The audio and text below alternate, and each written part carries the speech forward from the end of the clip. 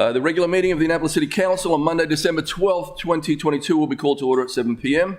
At this time, would you all join us for the invocation given by Alderwoman Finlayson's team, and they're followed by the Pledge of Allegiance.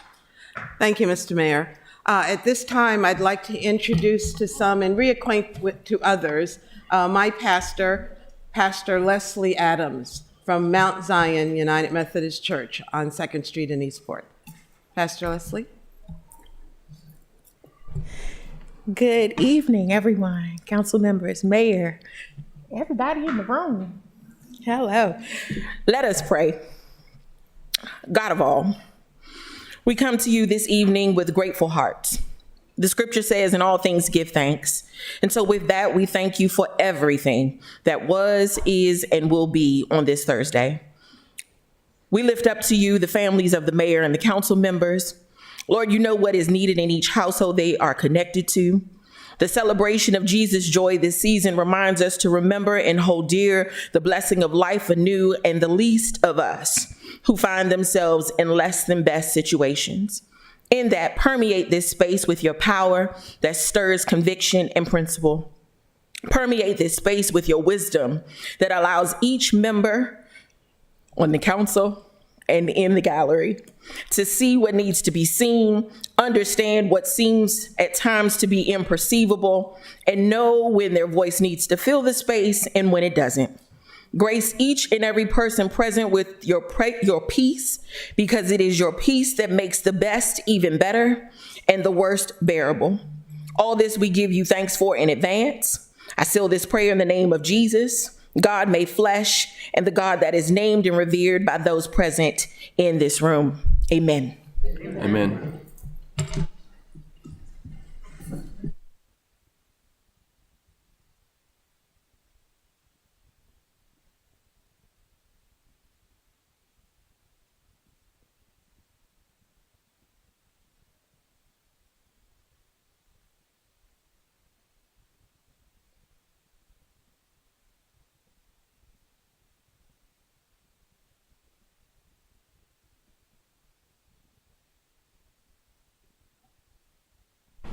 Madam City Clerk, please call the roll.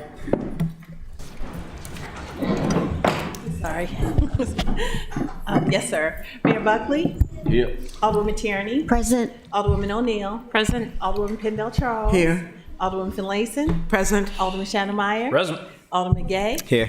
Alderman Savage? Present. Alderman Arnett? Present. Thank you. Mr. City Attorney, please present the first on the agenda. The first item on the agenda is approval of the agenda. This time I entertain a motion to approve the agenda So moved. as Second. amended to postpone the public hearing on 054-22 sign regulations. In addition to postpone 038-22 vehicle and traffic stop, standing and parking spaces. Thank you. Could I get a second, please? Second. Madam City Clerk, please call the roll. Yes, sir. Mayor Buckley? Aye. Alderman Savage? Aye. Alderman Arnett? Aye. Alderman Tierney? Aye. Alderwoman O'Neill? Aye. Alderwoman Pendell Charles? Aye. Alderwoman Finlayson? Aye. Alderman Shannon Meyer? Aye. Alderman Gay? Aye. Thank you. Mr. City Attorney, please present the next on the agenda. Yes, sir. The next item on the agenda is ceremonial items, beginning with ID 252-22. Annapolis Boat Shows present the city with a check from Fall Shows. Thank you. Can we come up there? Yep.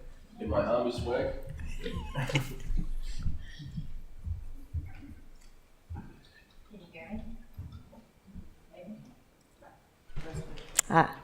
Can you hear me now? No. Well, I've never been accused of being quiet, so I'll just go without that. I'm Mary Ewenson. I'm with the Annapolis Boat Shows. We're here to present a check to the city of Annapolis for working with us to put on excellent fall boat shows this year. Though it seems a million years ago that Hurricane Ian wreaked havoc in... It's what? Talk into it more? Talking into it more. Hurricane Ian wreaked havoc in Florida, and the remnants of it came up here. And so many of you may not know that we had to move the show in a couple of days early for the safety of the team putting the pilings into the harbor, and so we can ensure that the show opened on time, because losing that critical preview day would be really tough for the shows and for the marine industry in the city. So we're really thankful to the mayor, to Mike, to Ashley, to the harbor master, and to our friends at Watermark and Schooner Woodwind, because we all had to work together on this crazy dance to get things done early to avoid high winds and waves and all kinds of drama out there. So we got the show built in a lot of rain. Our team is still trying to dry out. But it was a huge success. Both shows were a success. One of the cool things that we did is we brought members of the team that is redesigning City Dock to walk the show during the move-in, during the show, in between when we changed from one show to the other. And we had a big meeting with Eileen Fogarty leading it in the Fleet Reserve during the setup, so that the people who are helping to work around all the needs in the city could see what the boat shows do and some of our challenges. And we had some really great conversation about, well, what about this? How can we work around that? And there was a lot of head nodding and like, oh, okay, I get it. So we're really, really pleased with that and appreciate the city making those people available to us. This year, we had a great time working with Visit Annapolis. They came in as sponsors of our shows here in Annapolis, and we're coordinating marketing efforts with them, and it's a really great working relationship. The police, the fire, emergency management, and all the businesses and residents just did an excellent job of welcoming all the attendees to the boat shows. So this is a really important set of shows for the city of Annapolis, but also for the marine industry, and the marine industry nationally and internationally. We bring in representatives from all around the world and showgoers from around the world. So it was fantastic to have another 2 great shows. And so I've got a check here. I don't know who gets to get it, but Gavin gets to pose for the picture. And it's just over $580,000. Wow.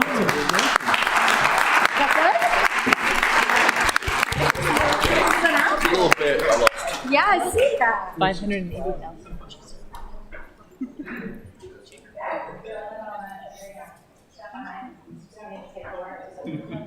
Can you scroll this down? I can't believe he's wearing army. It was Thank you all very much. I mean, if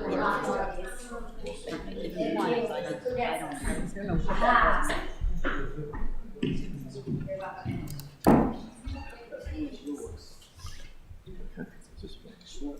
Okay, we only do one. No, I have one too.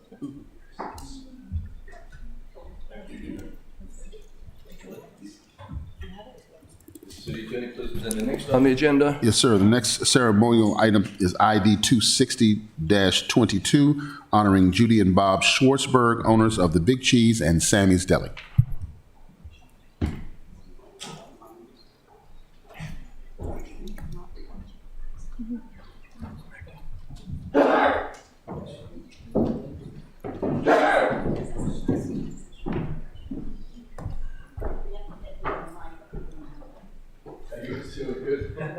You believe you said that bit? This is great. This is really nice. We just want to lay the prosciutto, so we just go soak it. I wanted to read this to you guys, so that's okay. We'll get you a microphone here.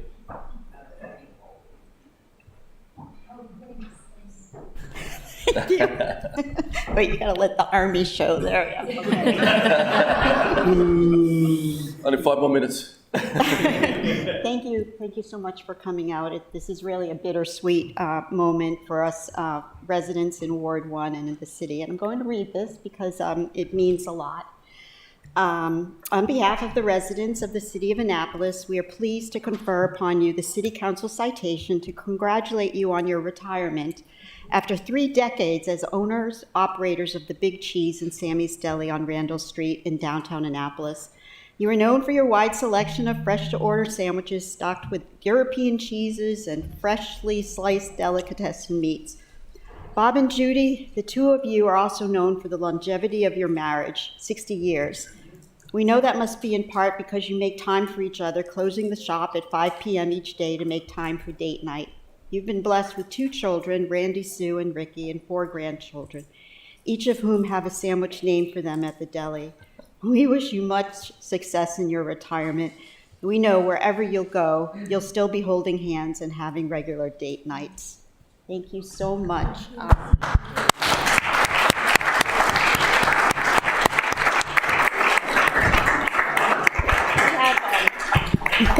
We have someone else that wants to say a few words. I see them in the back there, and I'm going to allow him to come up, and you can go to the podium. And also, if you want to say a few words afterwards.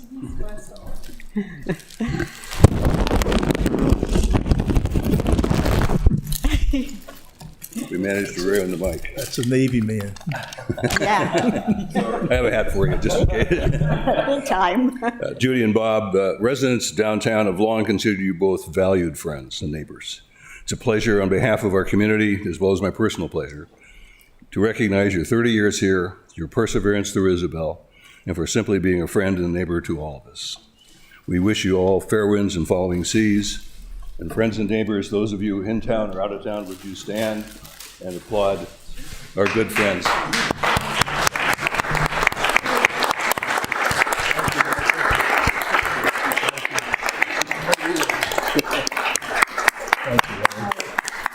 You want to say a couple of words? You want to say a couple of words? Of course he does. Thank you. Thank you. Congratulations. Thank you. Thank you. You have the mic? Okay. Got it. Do you want to take a photo? You want to take a photo with Mike? We can put it back for 2 seconds, yeah.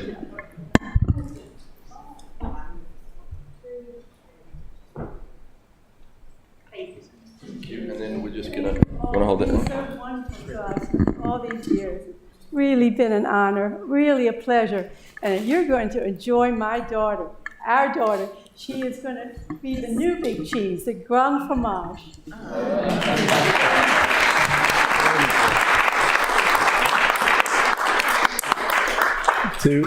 To all of the thousands of people that have become members of our family of the Big Cheese, we'll miss them dearly. But everybody said to us when we told them we're retiring, where are you moving? Where are you going?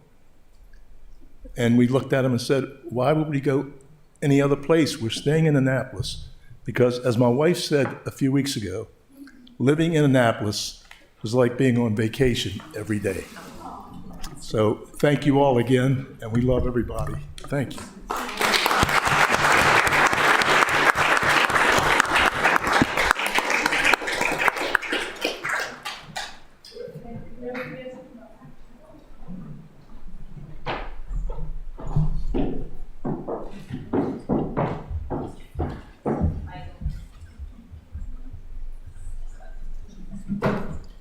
Right, Mr. City Attorney, please present the next item on the agenda. Yes, sir. The next item on the agenda is ceremonial item ID 26322, City Council citation to Chicken Ruth's Deli. Oh, okay.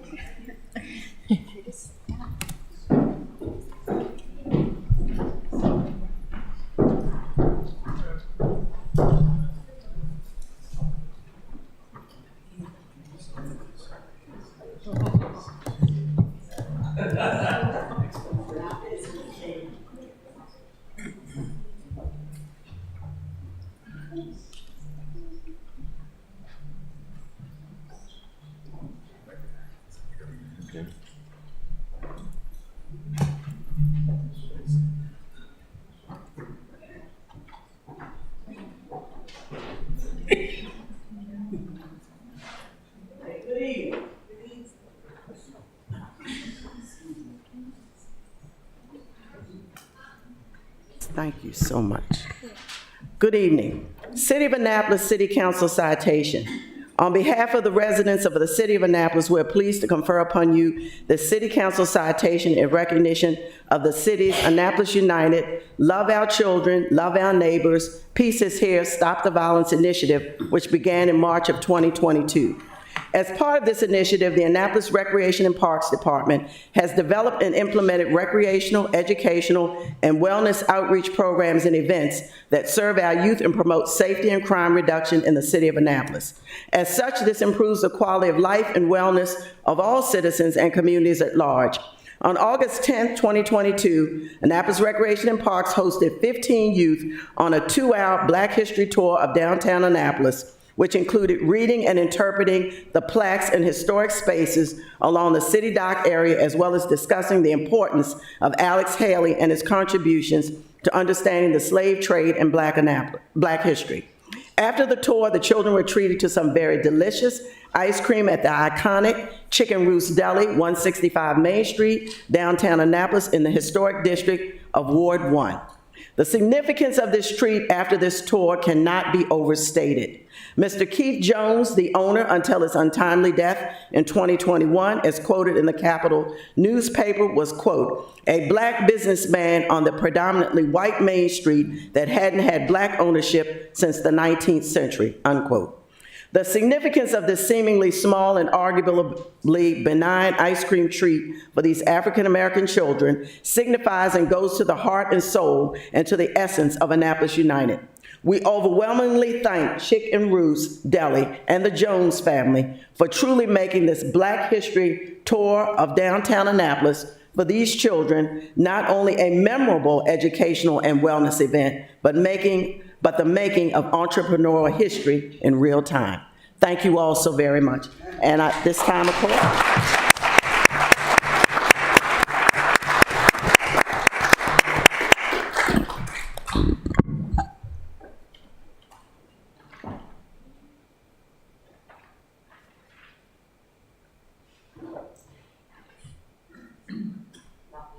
at this time, we're going to have a couple of remarks from the mayor, as well as Mr. Trader, who's our Director of Recreation and Parks.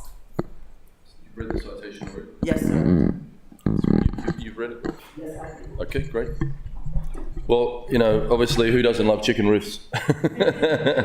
And, having young business leaders like this in the community for these kids to look up to and giving back to the community is what Chicken Roots has always been about. So we are so grateful, and this city loves you and wants you to continue for the next 100 years. And the Parks and Rec program and the outreach that we're doing through Rhonda Pindell Charles is next level. And so this program is changing lives. I'm just glad to be a part of it. Thank you so much. Thank you. As director of the Annapolis Recreation and Parks Department, we certainly appreciate the Jones family and the business of Chicken Roost.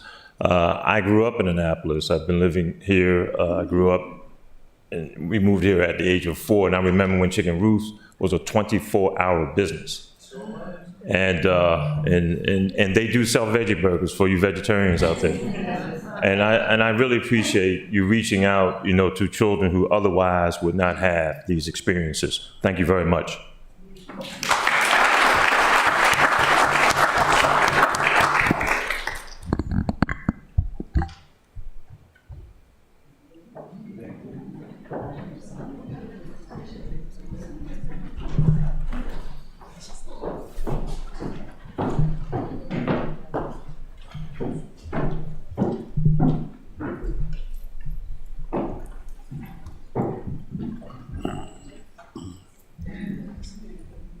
Thanks, Rhonda, for doing that. Thank you.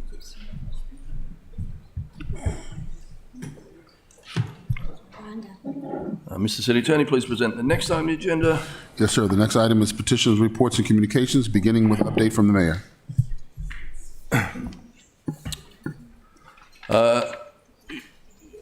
You will note that tonight, in this hallowed City Council chambers of Annapolis, home of the United States Naval Academy, I'm wearing Army swag.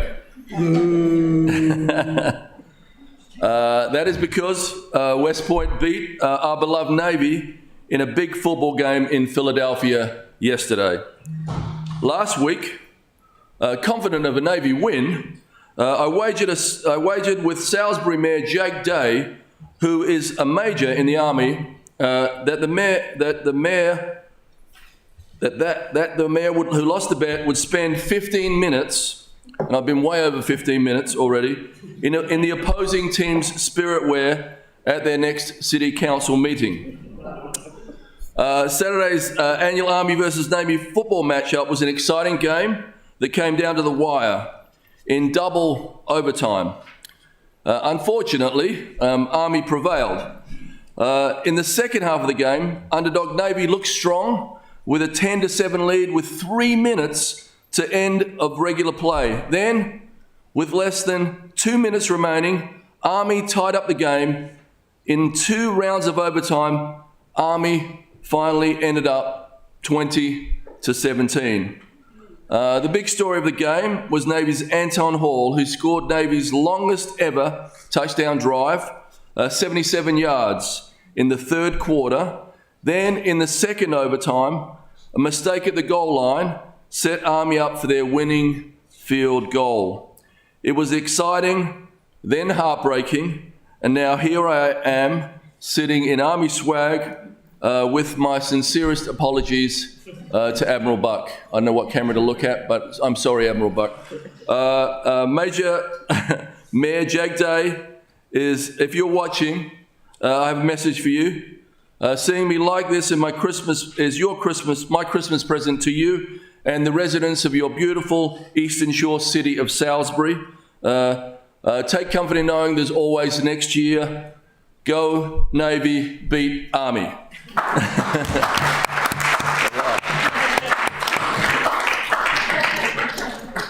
Yeah.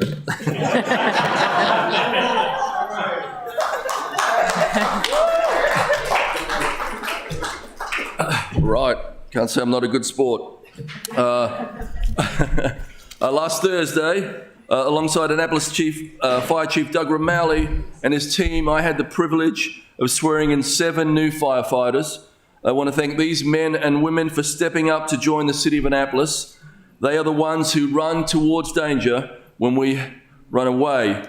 They see residents and visitors in some of the most vulnerable moments of their lives. I thank them for their service, and I know this is the beginning of a long career in Annapolis. The chief swore in his own son, and he got very emotional, so let's give a big congratulations to this round of recruits.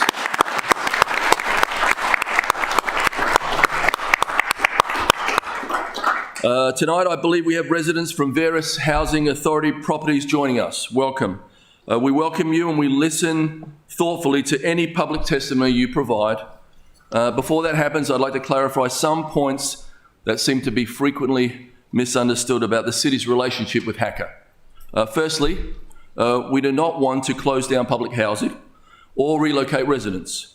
To the contrary, the city is actively working to support HACA, both directly through grants and other funding, and indirectly through the work of numerous staff who are supporting community development and the Choice Neighbourhood Initiative.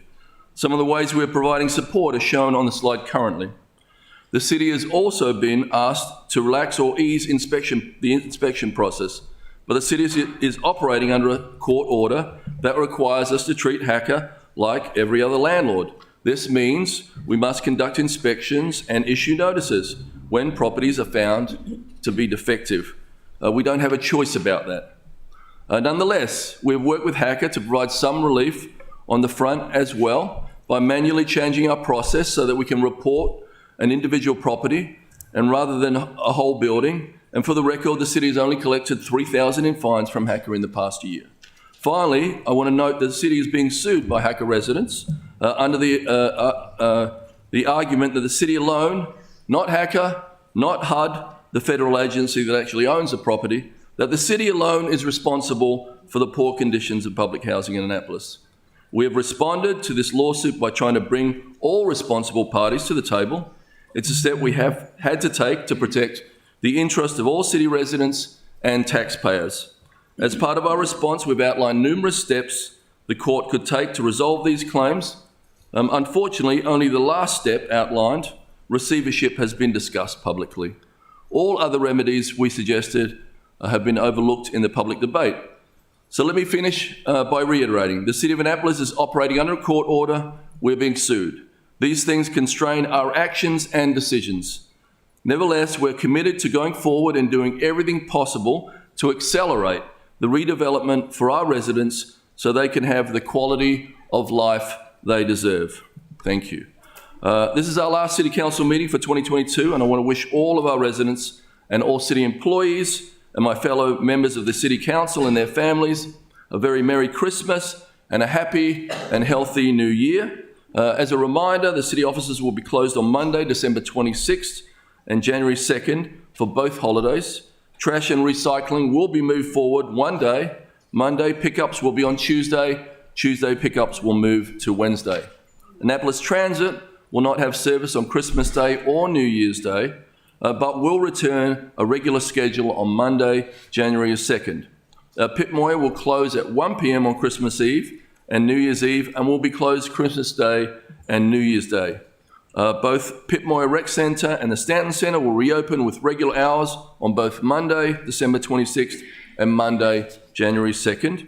Please check the City's website for full details on all City holiday closures. To ring in 2023, the City of Annapolis will host a family-friendly early New Year's celebration at City Dock from 4 to 5:30 with bands and a DJ. The Chesapeake Children Museum will also be offering activities and games. At 5:30, we'll have fireworks over the harbour for families to enjoy. For those of you who can stay up late, we are going to usher in the new year at midnight, and we'll have a second round of fireworks over the harbour at 12 p.m. This may be the last New Year's Eve party at City Dock as you know it. As you know, we are halfway through our garage rebuild, and once it's complete, we will begin the new phase of infrastructure projects to make our city more resilient and resistant to the damaging effects of flooding. And when we are finished, we will have a beautiful new park at City Dock that will be able to ring in future New Years for generations to come. Just before New Year's, on December 30th, our Naptown Anti-Dope Movement Health Fair will take place at the Stanton Centre from 3 to 6 p.m. We know this can be a difficult time of year for those dealing with substance use disorder, depression, and other mental and physical health issues. We are hosting this event to help you access resources and support your recovery efforts so that you can start the new year with some help and some hope. This event is free and open to the public. Visit the City website and social media pages for further details. Next Thursday, December 22nd, from 5 to 6 p.m, our Office of Community Service will launch Around Each Corner, a second annual book collection of poems by Annapolis youth. The launch will be at the Michael E. Bush Public Library on West Street and will be hosted coffee house style with poetry readings and refreshment. It is free and open to the public. Let's celebrate the creativity of our young people who are raising their voices and sharing their creativity.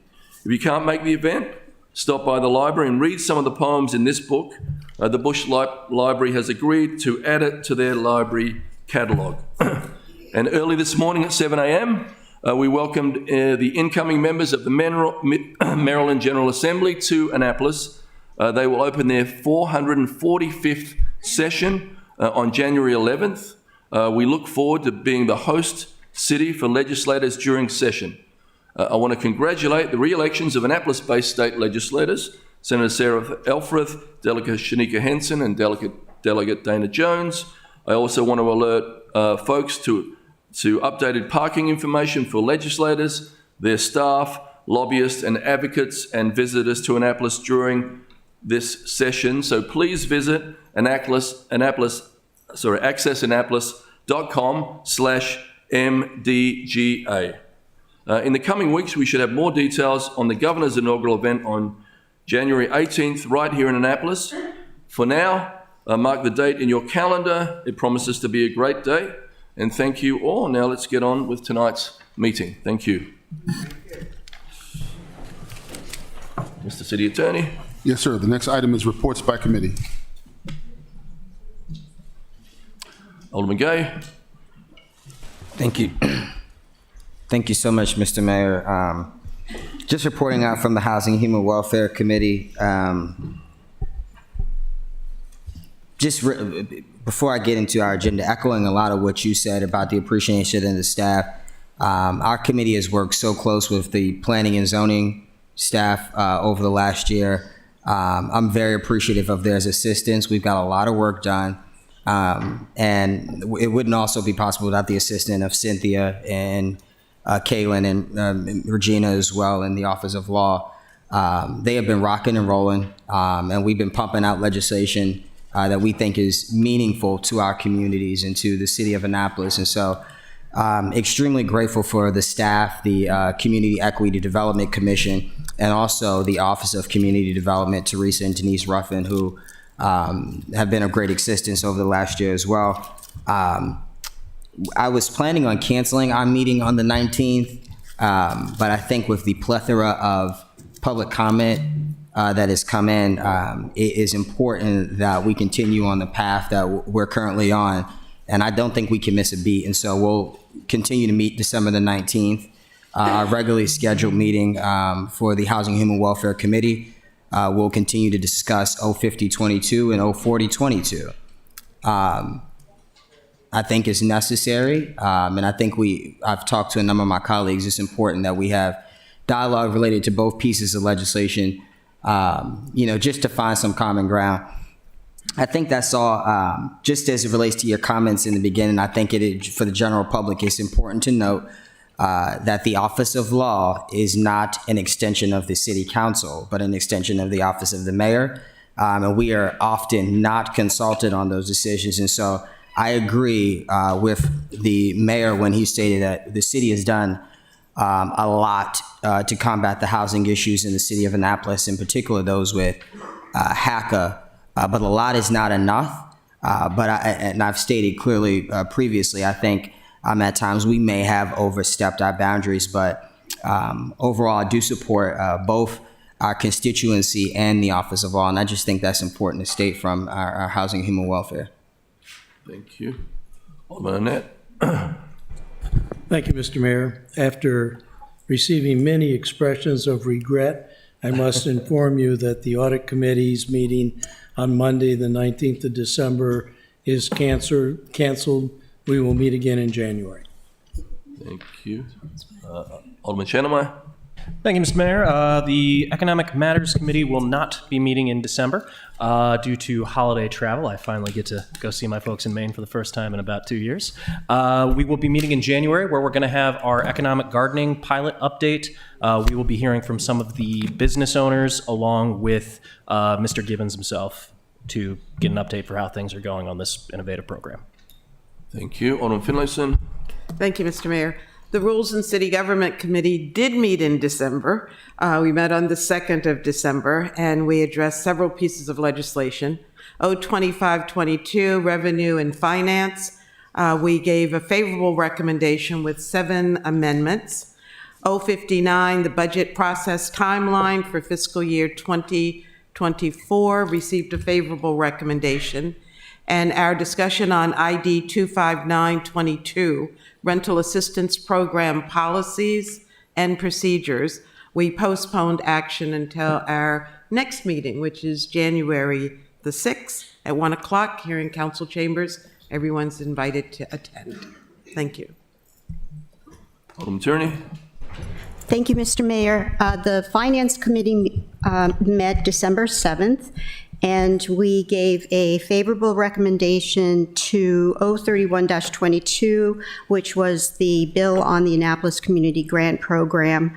We also recommended favorably Resolution R58-22, which was a minor amendment to the fee schedule, and Resolution 59-22, the budget process timeline, received a favorable recommendation.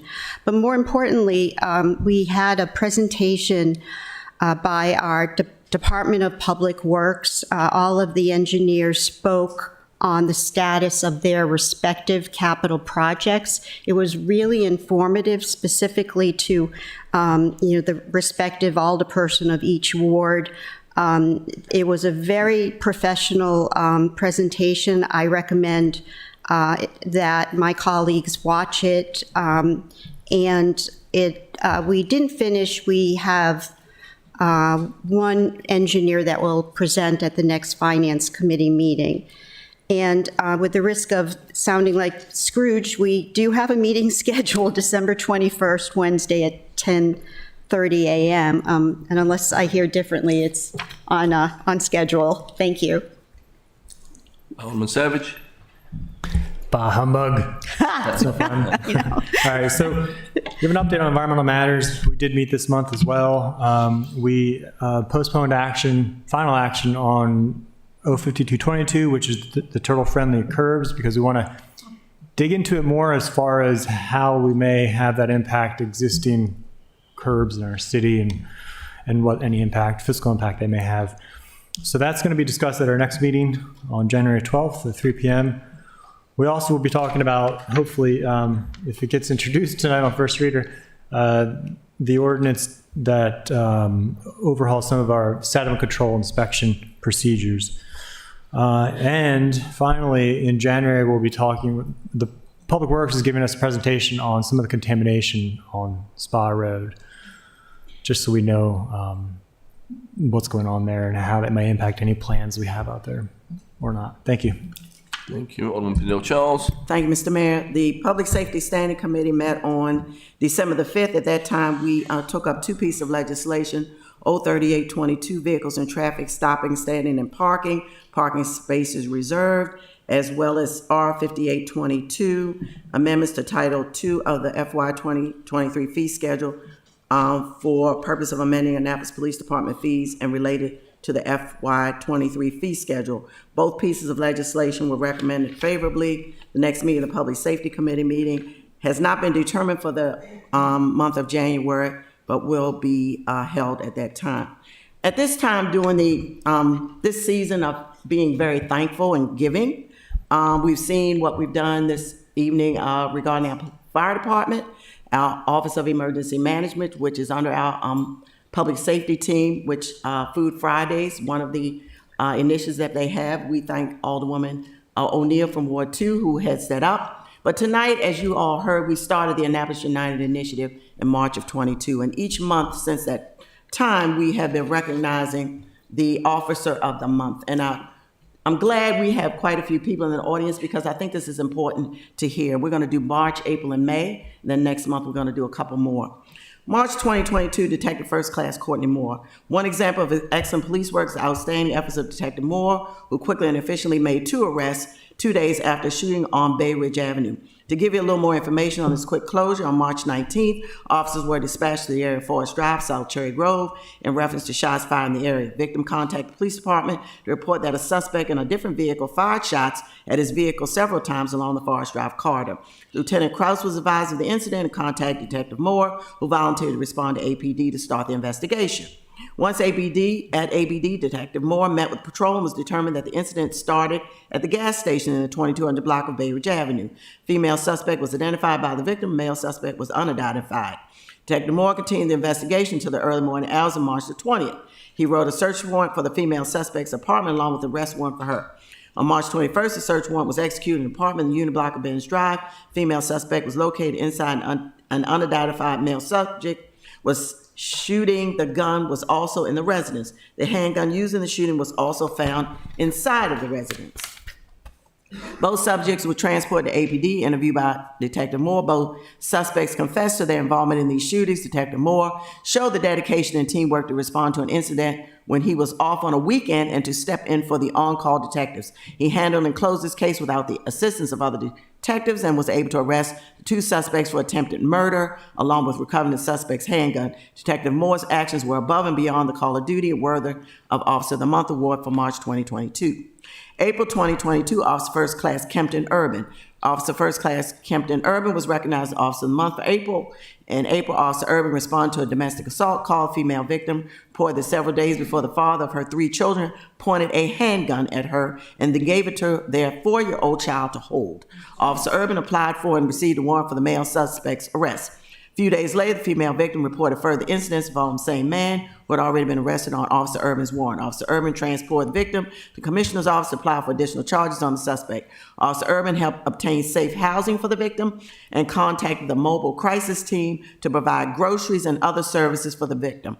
Officer Urban's thorough completion of his investigation has helped to the victim and referral for other resources, an example that all officers should follow to achieve our mission of community-oriented policing.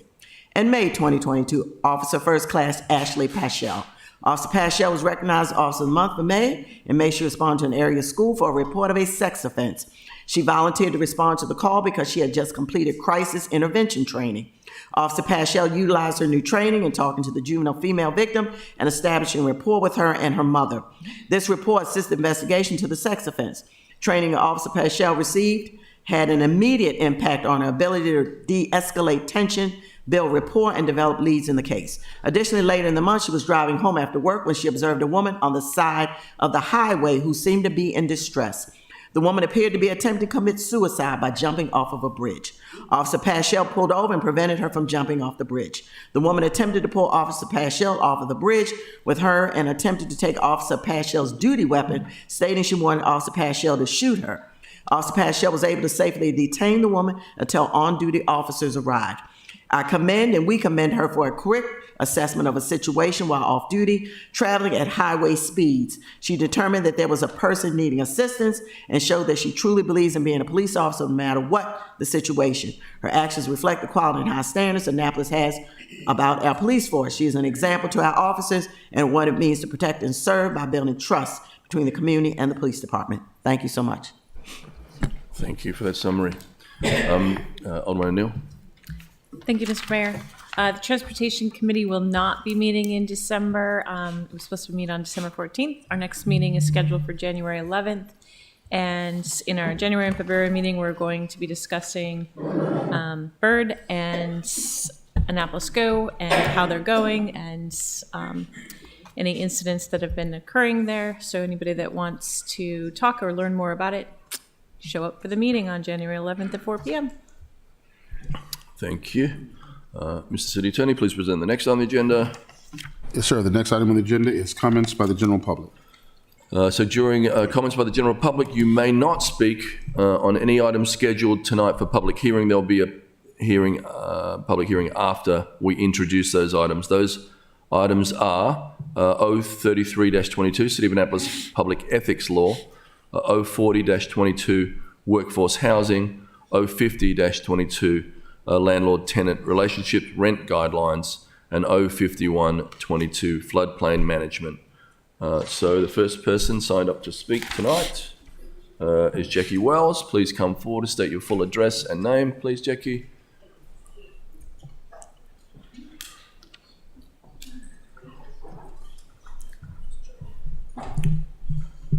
Can you hear me? Yes. Good afternoon, everyone. I'm Jacqueline Wells, known as Jackie Wells, of 203 Bloomsbury Square, Annapolis, Maryland, 21401. As a resident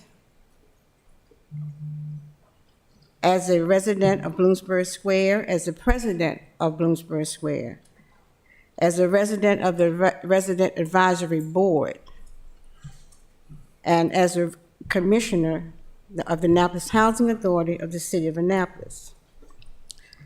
As the residents who reside in public housing, we are deeply troubled by the City of Annapolis recently filed suit filed against Hacker. Most concerning is the City of Annapolis' request that the court order HUD to force housing authority of the City of Annapolis under receivership. As residents, we believe such action would be devastating, not only to Hacker, but to all of the residents of the Housing Authority communities. One might ask how the future of Housing Authority and the residents be affected. Just to name a few, because there are many. Redevelopment would probably be in jeopardy or come to a standstill. Programs, staff further reduction, quality of life of the residents. As residents of the public housing, we ask that the City of Annapolis please drop legal action against Hacker.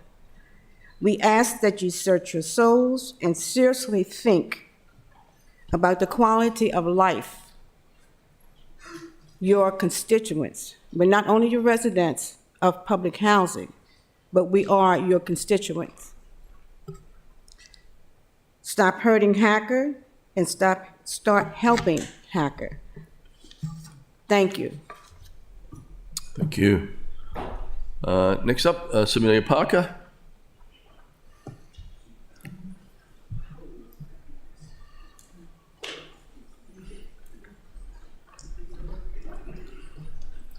Good evening, Council and Mayor. My name is Samelia Parker. My address is 191 Bertina A. Nick Way, Annapolis, Maryland, 21401. And I'm here to speak on the same behalf. As a resident and the president of the Resident Advisory Board, as residents of public housing, we all are deeply worried about the recent legal action that the City of Annapolis have taken against the Housing Authority of the City of Annapolis. The City of Annapolis requests that a court order HUD to force Housing Authority of the City of Annapolis under receivership. If this were to happen, such actions would place Hacker operations in dire situation. Most of all, development will come to a standstill. Communities would remain the same and eventually deteriorate. Programs go away for the children and the residents. All in all, the quality of life for the residents will be affected.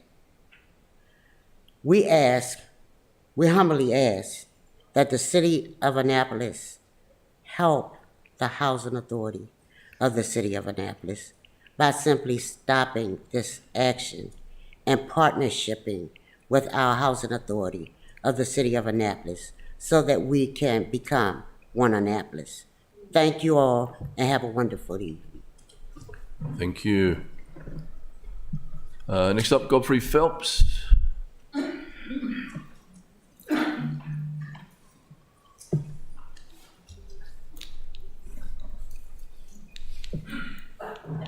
Good afternoon. I live at 701 Glenwood Street, apartment 312, and I concur with the city in moving forward with the receivership, because right now Hacker has a history of misappropriation of money, and it's still going on to this day.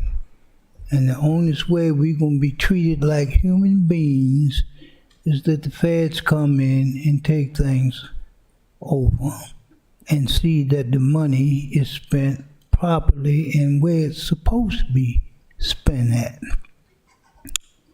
We have been struggling at Morris H. Bloom for quite some time, I'll say 5 or 6 years, to get our bank records, which has been suppressed over the years. And we know our money has been stolen. This is a prime example of what's going on with Hacker. We have Ms. Wells is holding 3 different titles, which is a violation of both CFR and the U.S. Code, and it violates a conflict of interest. And this need to be corrected.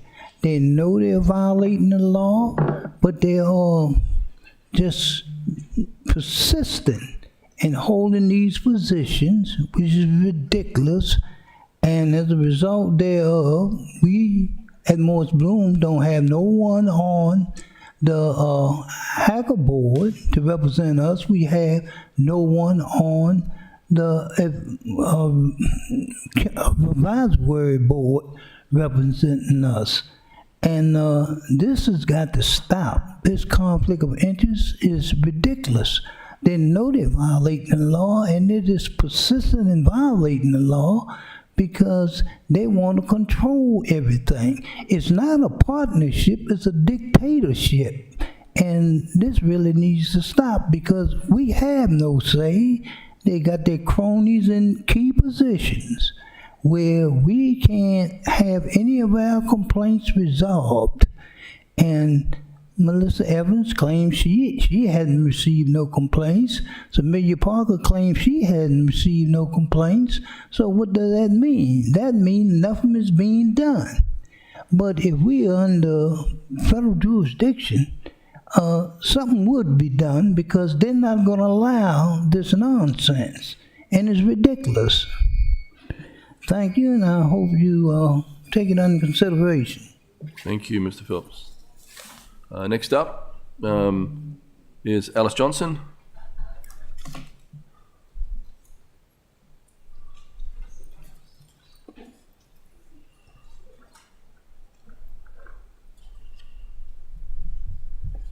Good evening, ladies and gentlemen. My name is Alice Johnson. I didn't hear what was said, what Ms. Wells has said in regards to a lawsuit that the city is having against the housing authorities. Am I correct about that?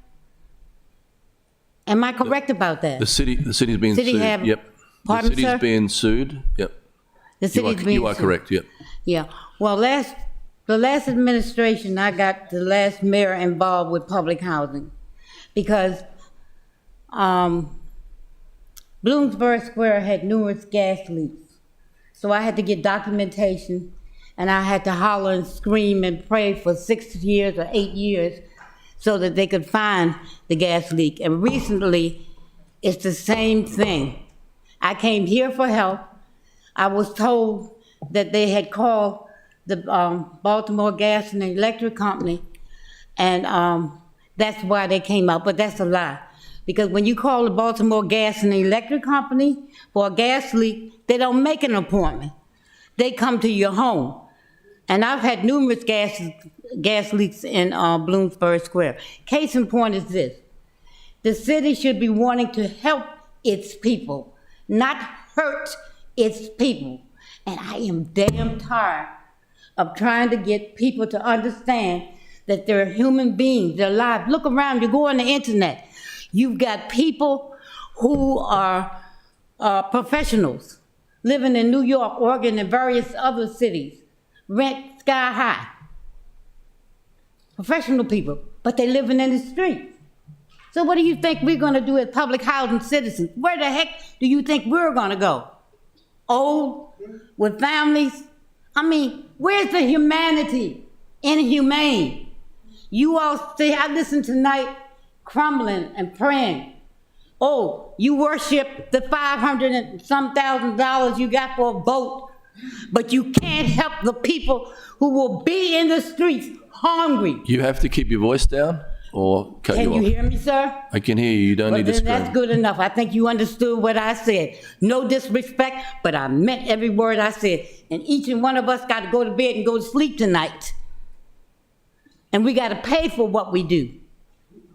When you go home, give God thanks for what you got, because you don't know how long you're going to have it. Amen. Thank you. Next up, Tanya Watson. Good evening, everyone. Good evening, Mr. Mayor. I'm here on behalf of the Vice President of Old Court. And Tanya, can you just give your full address, please? Thank you. Full address, full name, and full address. My name is Tanya Watson. I live 136 Clay Street, Annapolis, Maryland, 21401. I'm the Vice President of Old Court Community, Penrose, actually. I'm here to ask for y'all to consider, the city to consider what is going on. Because I live in a community right now that we have no money. Our resident council has no money. So everything that we do for our children, it comes out of our pocket. So I'm asking that the city really do think about what y'all are doing, because we already don't have nothing as it is. So being that we are partnered somewhat with housing, it affects our community as well. So I'm trying to do things as it is right now, to do things for these children, because we had a actual community build up without building the children in it, okay? So I try to do things to keep these children occupied, because children are right now today are getting very rebellious. So with this case right here, they can't hire people to help to do programs and things like that, with the things that y'all are ready to do with this case. Please reconsider. I'm begging y'all to reconsider what you're doing, because it also affects a lot of people, and mainly the younger ones that has to come up. Thank you so much. You have a blessed and productive day. Thank you. Next up is Veronica Grant. Yeah, that's you.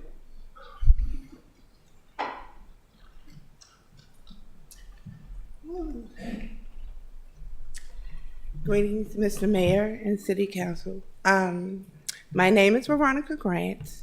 I live at 23 Bates Street in Annapolis. And I'm also a little bit disturbed about the situation going on with Hacker. I'm sorry, I'm not a public speaker or any of that. I didn't write anything down, so I'm gonna just come from my heart. The people in public housing, we're voters too. And we came out and stood up and showed out for you all that, you know, within our wards, and you, Mr. Mayor. I personally voted for you. I'm not happy about the receivership situation. Part of the reason why Hacker is also in the situation that they are financially is on behalf of the city, with the signs on the buildings and all of that, you know. Now, it's an already devastating situation for Hacker, and the city bringing them into this lawsuit situation and receivership make it even more devastating. The redevelopment is even more devastating, because when people come in and redevelop, they never build the same amount of units. So somebody gonna be homeless. We already got recreational centers that are closed. The children have nowhere to go. They already, you know, our communities are already devastated. So if y'all could just stop the devastation and partnership, help Hacker. It's other cities that help their public housing. The city of Annapolis could do the same, because it so happened to be somewhat a rich town. We just happen to live in the poorest parts of it. We need your help. We need y'all to stand up and stand out and show off for us like we stood up for y'all. That's all I'm gonna say. Thank you. Thank you. Next up is Tara Stout. Hello, I'm Tara Stout. I live at 1118 August Drive, Annapolis. I came here on November 14th to talk about the Willows. I obviously came to the next meeting because it came up on the 14th that people like to be reminded that things need to move forward. I wanted to say that, you know, fortunately, since that November meeting, we've had a lot of progress in communication with city staff and leadership, the city manager, the police, and I think we're really close to meeting this notification requirement this week to be at Planning Commission on January 5th. To the people in the community here who may not be familiar with the Willows, I think it's important that the community here know that the Willows is a development that is affordable housing to meet the needs of people making 20 to 50% of the median income. So for some of these residents here tonight that seem like they're living in challenging circumstances, you might want to monitor the Willows and make sure you get your name on an application list if you're looking for, you know, a brand new facility that's well run and managed. You know, hopefully we'll be bringing that to you very soon if we can get to Planning Commission in January. Thank you. Thank you. Next up is Gunny.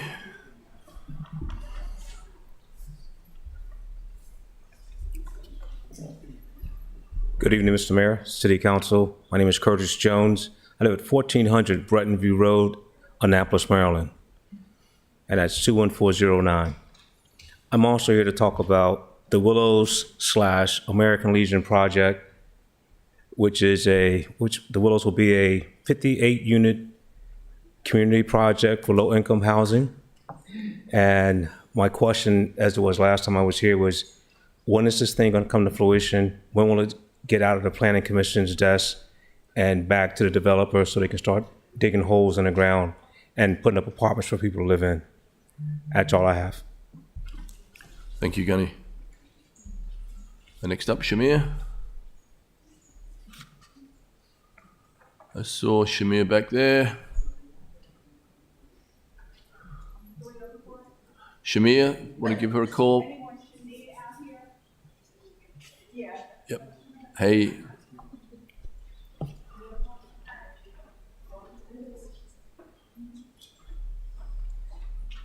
Hey, Shamir, please come forward and state your full name and address. Thank you.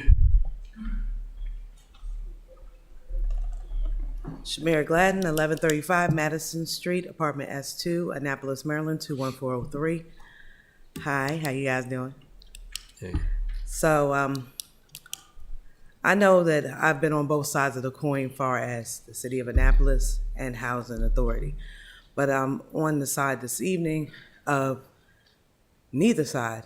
I really want both sides to try to come to a better conclusion than a lawsuit. On one side, you're saying about doing a receivership, but from my research on the receivership, it would not be beneficial to us whatsoever.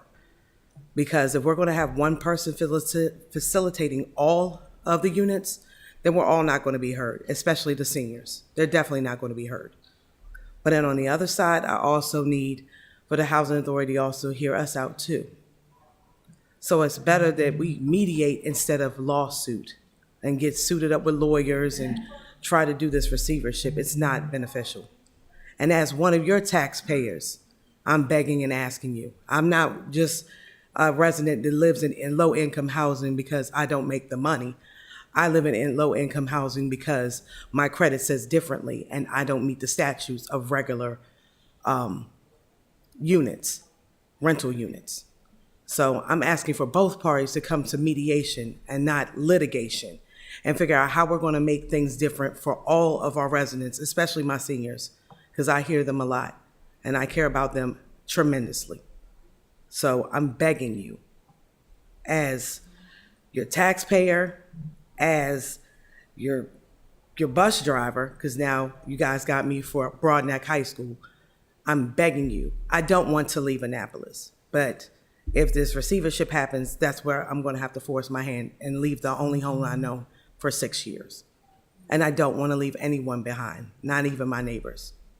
So I just appreciate if you give that thought process to at least come to an agreement on how we can make our neighborhood better. Thank you. Thank you. Got no one else signed up to speak? Anyone else I'd like to come forward? Any other public speakers? No, okay. Okay, seeing no motion in the chamber, I declare comments by the general public closed. Mr. City Attorney, please present the next item on the agenda. Yes, the next item on the agenda, sir, is consent calendar.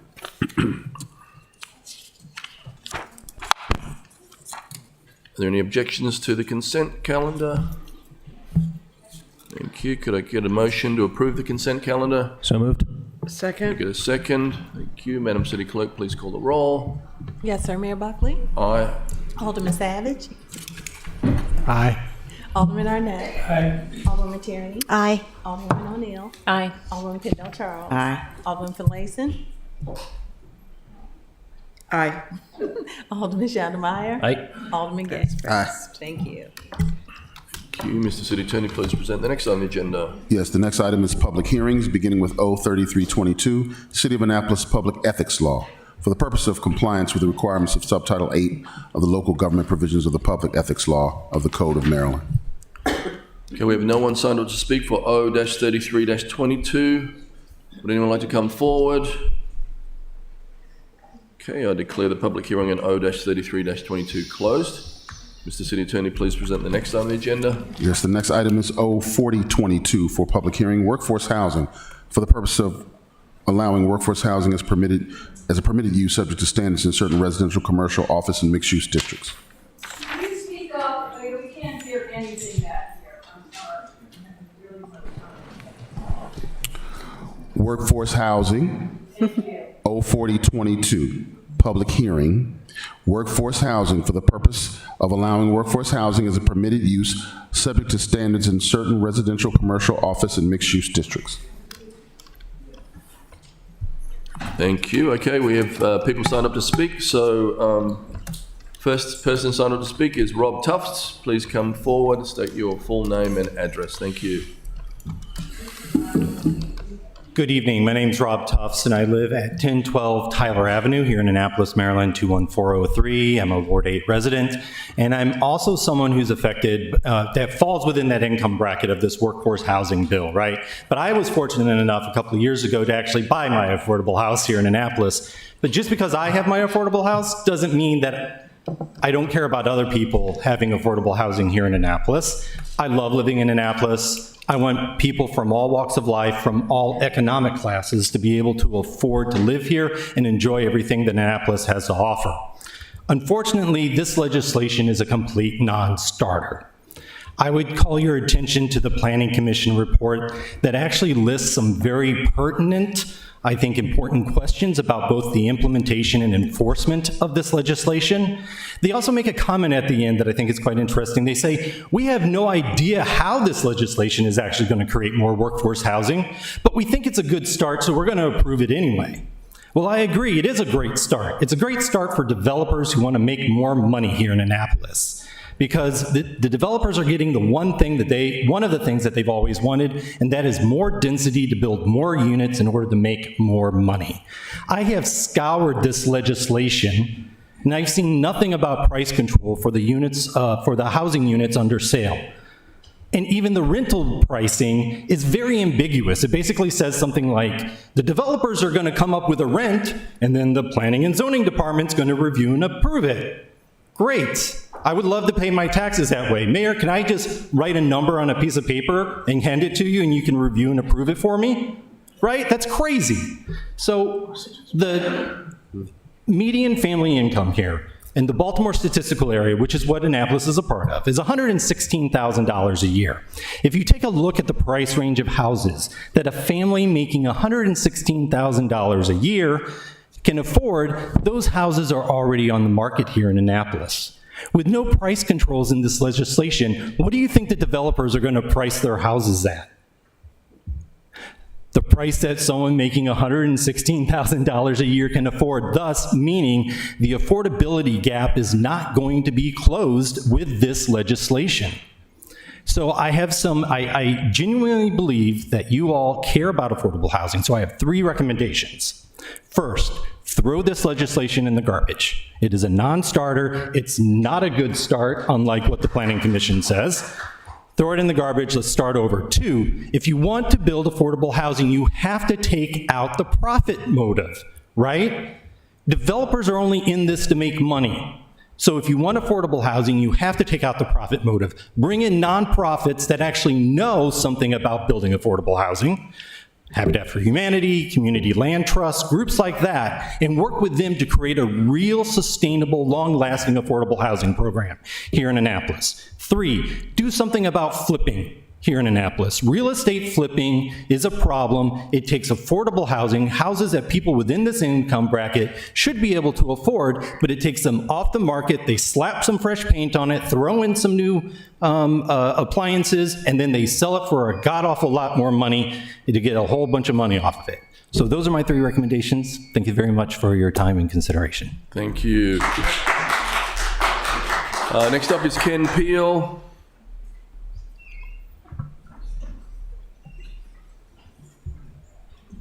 Thank you, Mr. Mayor and City Council members, for this opportunity to speak. My comments will be short. Hopefully you can hear me. And as a suggestion, if one of you council members or Mr. Mayor sit in the back of the room and try to follow these proceedings, you'll find it next to impossible. But with that said, Can you guys hear in the back row? Can you put your hand up if you can hear? The sound system is absolutely horrible. Okay, some people are putting their hands up in the back, so I'm not exactly sure. So we've had the same sound system for a while. Can you hear me? You put your hand up. Thank you. Okay. We'll try to speak up, right? Thank you. As I understand ordinance 40-22, I, along with my neighbors in Georgetown. Ken, did you give your full address, please? Yeah. Excuse me? Did you give your address? Ken Peel, 47 Wind Whisper Lane, Annapolis 21403. Thank you. As I understand ordinance 4022, I, along with my neighbors in Georgetown Grove and most other zoning districts, will be allowed to demolish our homes and replace them with 50-foot, 5-story apartment houses. I hope I am incorrect, and I also desire to see the impact studies concerning this dramatically increased proposed density. The increased roles of fire, police, schools, and traffic must have been studied and should be made available for public scrutiny. Also, the cost of additional city personnel to manage and inspect these new dwellings must have been calculated. If my understanding is correct concerning the many negative impacts of Ordinance 4022 as currently described, I vigorously oppose this ordinance. Thank you. Thank you. It's not questions, but Alderman Gay. Yeah, really quickly. Did you read the legislation? You mentioned the... do you want to come back, please, Ken? Yep. I just wanted to know if you read the legislation. You mentioned the legislation mentioned an opportunity where people would be able to bulldoze your home and build units to their desire. Did you read that in the legislation? I did read almost all the legislation, yes. And you read that in the legislation, that someone would be able to buy your land and remove your house and build a... That's how I said I understood it. Yes. Okay. Thank you. Next up, Peter Schmidt.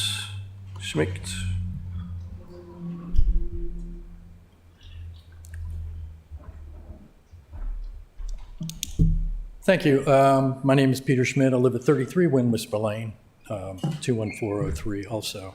And my biggest concern, I guess, is right now, and I confess I have not read the legislation. I'm an architect by training. I've done this for 45 years, and I've dealt with planning and zoning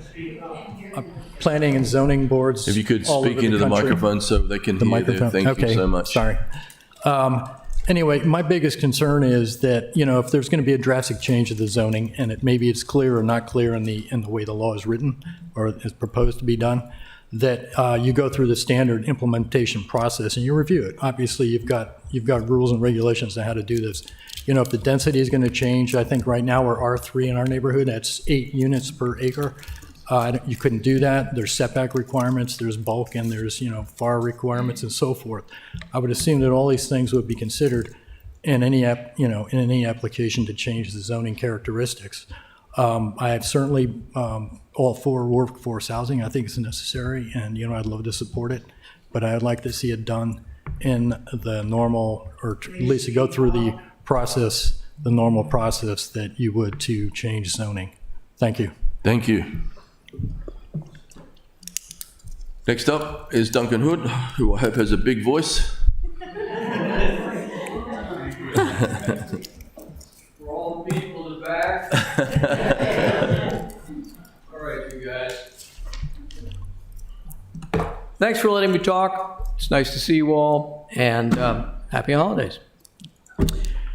During our ward meeting last Monday, I was made aware of the intent and reach of the Duncan, sir, just got to get your address. Right. Record. Thank you. Duncan Hood, 922 Berwick Drive, Annapolis 21403. During our ward meeting last Monday, I was made aware of the intent and reach of the proposed 4022 legislation. The purported intent of which is to provide workforce housing as a way to provide below market rate housing to middle-class workers in our area. On the surface, this sounds like a commendable goal, to provide housing for our firefighters, police, teachers, and tradespeople. On review, however, this legislation takes a very broad brush and encourages rampant and exploitative development of all our neighborhood districts, excluding maritime and historic districts. The proposed legislation would allow between 4 to 6 or more units in our residential neighborhoods, and by doing so, encourage individual homeowners to subdivide their quarter-plus acre lots and encourage developers to buy up homeowners' lots in bulk to create large tracts that could be turned into apartment-style living units. In addition, there is a provision in this legislation which would allow building up to 5 stories without any review. Already, we have hundreds and hundreds of units going up on Forest Drive, which are due to come online in the very near future. These developments bypassed our standard review process and will now clog Forest Drive heavily, turning it into a quagmire nightmare for everyone trying to get off our peninsula. This has already happened, and it's going to get worse, degrading our lifestyle and our property values. I ask you, how much more senior and apartment housing is needed in an area already well populated by subsidized housing? So, where does the problem lie? It's easy to point a finger at greedy developers, but that's their normal mode of operation and how they make money. No, instead, I point my finger firmly at city administrations who have kicked the can of the comprehensive plan down the road for 3 years. This plan is required by legislation to occur every 10 years. Required, exclamation point. To delay it for 3 more years is irresponsible and allows abuses by developers. And I say shame. Shame on our legislators for letting this happen, and shame on them for turning a blind eye to a problem that will lead us into denser urban sprawl, increased population, and a degradation of our lifestyle and property values. People come to Annapolis for its charm and way of life. To give these away without a plan is to squander what has been given to us before the altar of greed. Once squandered, these gifts will never be given back. There's an Irish saying that you can shear a sheep all its life, but you can only eat it once. I urge you to defeat this bill 04022. It's a blatant effort to grab our land and degrade our lives. Let's get our comprehensive plan in place and shear our sheep instead of eating it. Thank you. Happy holidays. Thank you. Thank you. Next up, Donna Taylor.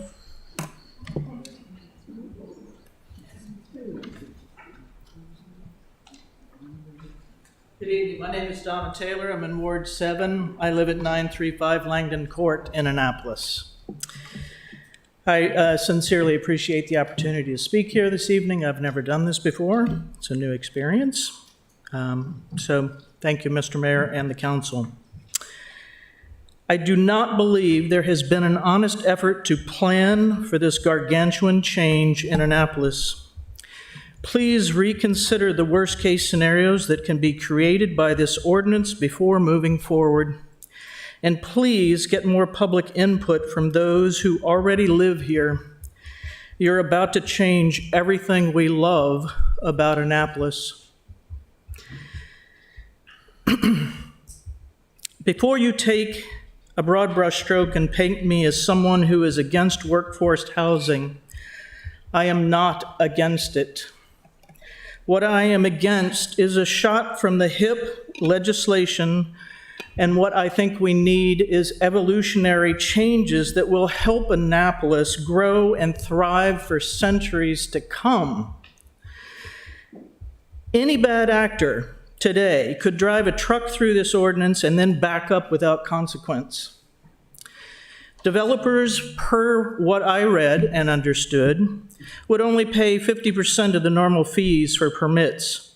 There are no parking requirements for high-rise dwellings.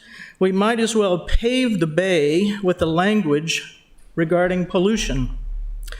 And the amendments have already been made that take the teeth out of this ordinance, taking the certification from qualified renters and the transitions to new owners. There is no mention of the impact of traffic, public work, or any other normal living conditions here in Annapolis. Nor is there any mention of how these projects will impact our 7-square-mile city regarding taxes, school, public works, traffic patterns, etc. Please don't point me to the 13-year-old city plan. It doesn't have the information we need. I've read the ordinance, and what I've gleaned from it is alarming. I specifically am opposed to 04022, and I have 15 reasons that I have submitted in my testimony online. This morning, there was an article in the paper.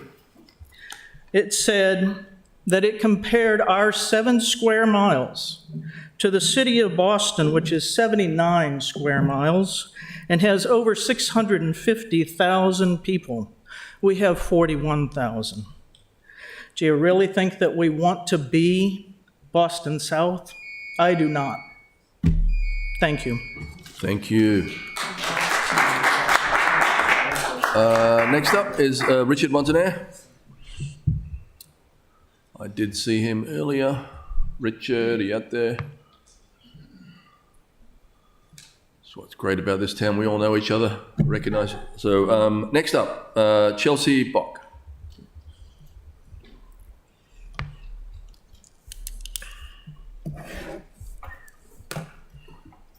Don't worry, I'm a teacher. I have a loud voice.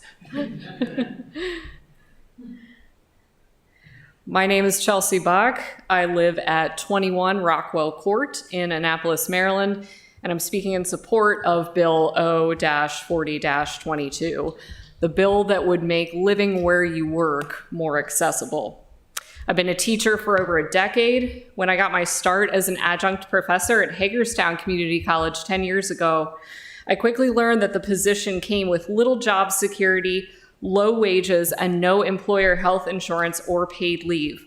For even more context, one year for Christmas, I asked my parents for a teeth cleaning. Workforce housing enabled me to live on a fluctuating salary that never surpassed $25K. I was thankfully able to find a one-bedroom apartment in the city of Hagerstown for only $550 a month. My apartment was only 10 minutes from the college, so I could save on gas and also on the time that teachers desperately need to do our jobs. Because I found affordable housing, over the next several years, I was able to work my way up to now a full-time position with benefits at our own Anne Arundel Community College, and finally, just last winter, able to purchase a townhome with that guy right there. Alderman Savage has written in his Capital Gazette op-eds that O-40-22 would allow apartments in residential neighborhoods, and that the house next door to you could be replaced with a 4 to 6 unit housing complex. My apartment was in a quadplex, and the other apartments in that quadplex were rented by a couple who worked the night shift and 2 disabled women. Do you know how the surrounding single-family home residents were impacted by our presence? We made friends, and we borrowed sugar when we needed a cup. We all looked out for each other. And the quadplex seamlessly blended in with the single-family homes and row homes. The ominous phrasing implying that apartments aren't residences or that they'll ruin neighborhood character divides us. It imagines Annapolis as an area that keeps out those people who can't afford a $500,000 home. You had workforce housing in Hagerstown, though, some might say. We're Annapolis. We're special. Doesn't Annapolis need a workforce? Why should we complain about the teacher shortage and the bus driver shortage without taking the necessary steps to retain those people? The reality is that without those people to take care of us when we need medical care, teach our children, and serve our food, Annapolis wouldn't be much of a city. I know that a lot of us in this room consider equity and inclusivity to be core values. So when we look at those signs in our yards that say, hate has no home here, let's make sure that our actions aren't really telling workers, hate has no home here, and neither do you. Thank you.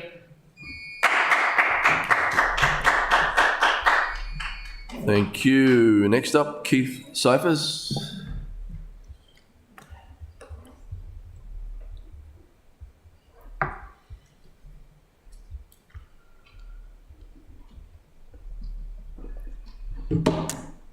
Keith Cyphers, 304 North Linden Avenue.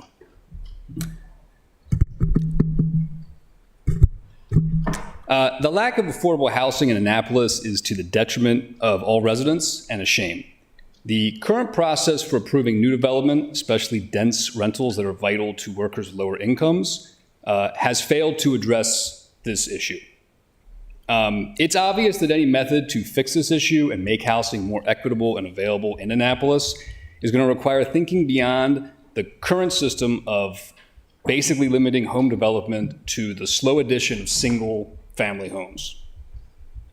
The status quo is intentionally or coincidentally exacerbating inequality.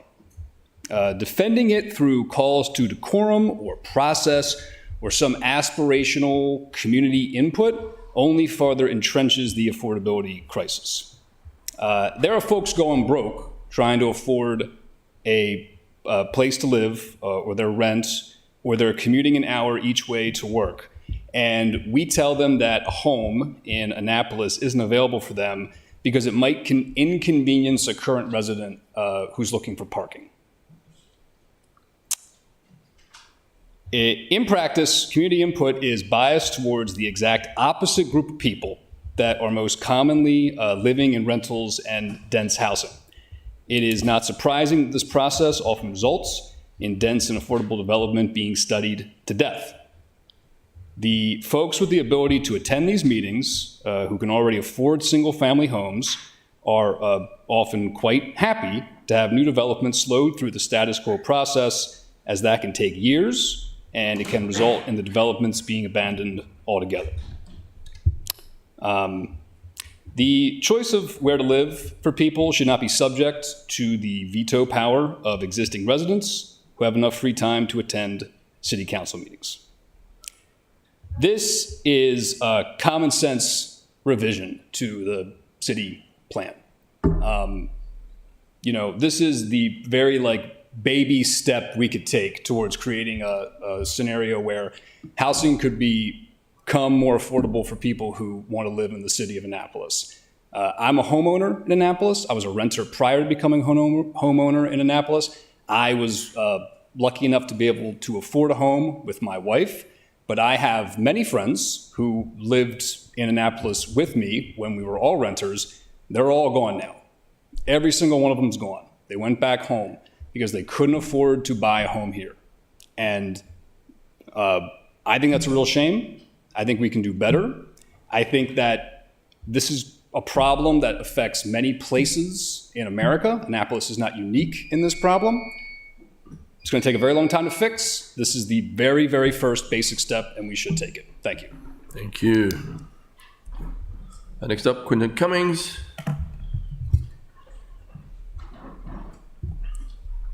Hello. Hi, everyone. My name is Quentin Cummings. I'm a homeowner in and reside at 5 Enclave Court, Annapolis, Maryland. Today, I come before you to testify in support of O4022, the Workforce Housing Bill, and to address some public comments by one person on this city council. Due to time constraints, I can't name all the issues, but I will, however, regard one of them here as a statement that this bill would bypass the comprehensive plan. The statement is in direct opposition to the Annapolis City staff report to the Planning Commission. In fact, Mr. Savage's column piece this morning reads as though he himself is trying to bypass the recommendations of the Annapolis Comprehensive Plan, the Annapolis Housing Affordability Task Force, the Annapolis Housing and Community Equity Development Commission, the City Commission BAE Market Analysis Report, and more. Your statements, sir, are in direct conflict with every local study on this issue, and you are using bad faith arguments to spur public dissent. At the Planning Commission meeting 2 weeks ago, Alderman Savage conveyed his concerns that this legislation, quote, takes a large step away from the Euclidean-based zoning, end quote, that he likes so much. By the way, exclusionary zoning is another phrase for the way that this is being used when we talk about Euclidean zoning. And it's widely known in the planning profession there are severe negative environmental and social impacts to the way it is being used within the city. In fact, the American Institute for Certified Planners frames this as a moral imperative within our code of ethics. We seek to, quote, seek social justice by identifying and working to expand choice and opportunity for all persons, emphasizing our social, special responsibility to plan with those who have been marginalized or disadvantaged and to promote racial and economic equity. Urge the alteration of policies, institutions, and decisions that do not help meet their needs, end quote. Taking it back to a 1993 newspaper article titled Annapolis, A Tale of Two Cities, Income and Race Divide State's Capital. The article described several areas in Annapolis and changes seen from 1980 to 1990. Eastport, including the area where Alderman Savage lives, was 36% Black or African American in 1980. By 1990, that percentage was reduced to 18.3%, nearly halved. What caused this? That Euclidean zoning, that exclusionary zoning that Mr. Savage here speaks so highly of. To end on a personal note, every single home on Wind Whisper Lane, which a couple people spoke that they live on, was built between 1983 and 1990, during that decimation period of the Black population in Eastport. Savage's home in 1987. One would hope that learning you bought a house in a community built by pushing out Black and brown locals would have you reconsider what you're doing to advance issues of diversity, equity, and inclusion, instead of using your position to weaponize housing insecurity against those same populations, as well as teachers, firefighters, city employees, food service workers, healthcare workers, and more. Thank you. You're welcome. Next up, Trudy McFall.